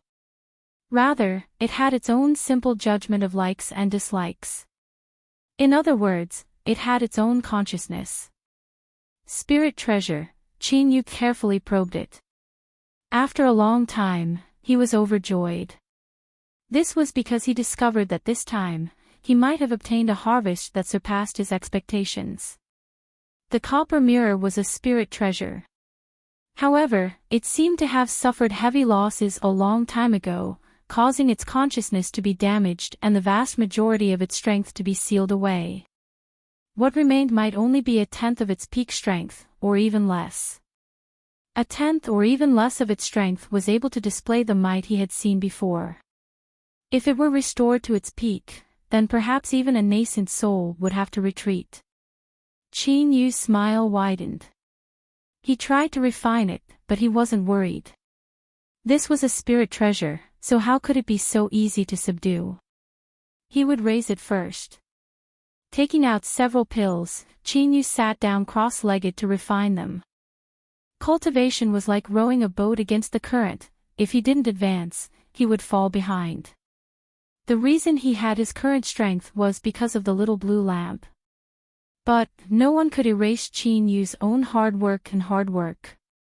5 days later, Princess Lushy walked out of her room. Qin Yu responded and directly said, "Can we go now?" Princess Lushy lifted her snow-white neck and coldly nodded. Qin Yu turned and walked away, his voice echoing out from afar. Unravel the 1,000-thread unending knot. Before his voice fell, he was already far away. Princess Lushy finally couldn't maintain the cold arrogance on her face. She stomped her feet in anger. What a good surname, Qin. You really think I'm a burden? You're afraid I'll implicate you, but I'm the one who's afraid you'll implicate me. She angrily slapped her forehead. A mass of blood-red light appeared in front of her, with countless threads tangled together. Perhaps this was what the 1,000 threads unbroken was like. With a ruthless slap, the blood-red light shattered. Princess Lushy let out a sigh of relief. She stamped her feet and rushed out of the cave dwelling. In the distance, Chin-yu could feel an invisible connection within his body sever. He knew that the 1,000 threads unbroken had been undone and he relaxed a little. He really didn't want to be entangled with the sea monster races any longer. If everyone went their own way and didn't interfere with each other, then that would be for the best. Now that the troubles were over, it was time to get to work. Whoosh, Chin-yu rapidly flew away. An hour later. The 9 nether winding path. Repeating the same method from before, he summoned the thunder magic sword and thrust it into the sea. Purple lightning spread out. The crab monster was in the limelight. In particular, several sea monsters that were usually flirting with each other had brought it autumn spinach, making it feel even more comfortable inside and out. After the glory passed, it lazily lay down in its cave, sleeping. It didn't know what it was dreaming about, but it was so beautiful that it kept running up its nose. Purple lightning swept over. The crab monster quivered and was immediately enraged. Don't you know the prestige of this old crab? Where did this fool come from? Do you want to die? Sensing it, holy shit, it was actually that human cultivator from a few days ago. Good brat, when you saw this old crab's glory you turned tail and ran away in fear, and now you still dare to come back. Hee, this old crab won't give you a chance to run away. Brat, just wait for your death. Magic power surged around Chin-yu's body. He flew in the air, the 100 nether sword hanging at his side. As if it could feel the summons of a delicious meal, it was excited. Suddenly, seawater violently erupted, condensing into a giant column of water that came crashing down. The crab monster was hidden within. As the column of water rushed up, its 2 pincers slashed out. Prepare to die. Bang, the column of water shattered. The crab monster was startled. It thought that this brat had some skills. In the next moment, a boundless strength swept out. With a light cracking sound, the crab monster's pincers began to crack. It opened its mouth, but before it could even scream in pain, a black light howled out, drilling into its mouth. The crab monster's massive body froze in place. With a loud bang, the 100 nether sword flew out. Chin-yu's lips twitched. He could clearly see that before the crab monster's eyes dimmed, there was a deep bitterness in them. It was clear that the crab monster found it hard to accept how it died. Bang, the crab monster smashed into the sea, stirring up massive waves. The sea monsters in the 9 nether winding path were stunned, unable to wrap their heads around what had just happened. What was the old crab doing? Why had it been defeated so quickly? Because of the column of water, they weren't able to see what had happened. But, it was clear that the brat outside wasn't as simple as they imagined. He was absolutely a ruthless character. The sea monsters revealed looks of dread. Their eyes swiveled around, but none of them made a sound. The Golden Core variant sea monsters had already regained some of their sanity. Although their desire to kill was intense, none of them were willing to seek death. Suddenly, from deep within the 9 nether winding path, a divine sense fluctuation spread out. The eyes of the hesitant sea monsters brightened. Whoosh, the shark monster rushed out. It bit down on the crab monster's corpse, tearing it apart and swallowing it whole. Blood gushed out in all directions. Countless sea monsters gulped, but they were a step too late. They could only cry out in pity in their hearts. In the blink of an eye, the crab monster's corpse was cleanly eaten up. The monster energy around the shark monster had clearly become much more tyrannical. Without delay, it flicked its tail and hauled out. Whoosh! The shark monster's 70 to 80-foot long body was exposed to the air. It opened its mouth and spat out a mouthful of black water.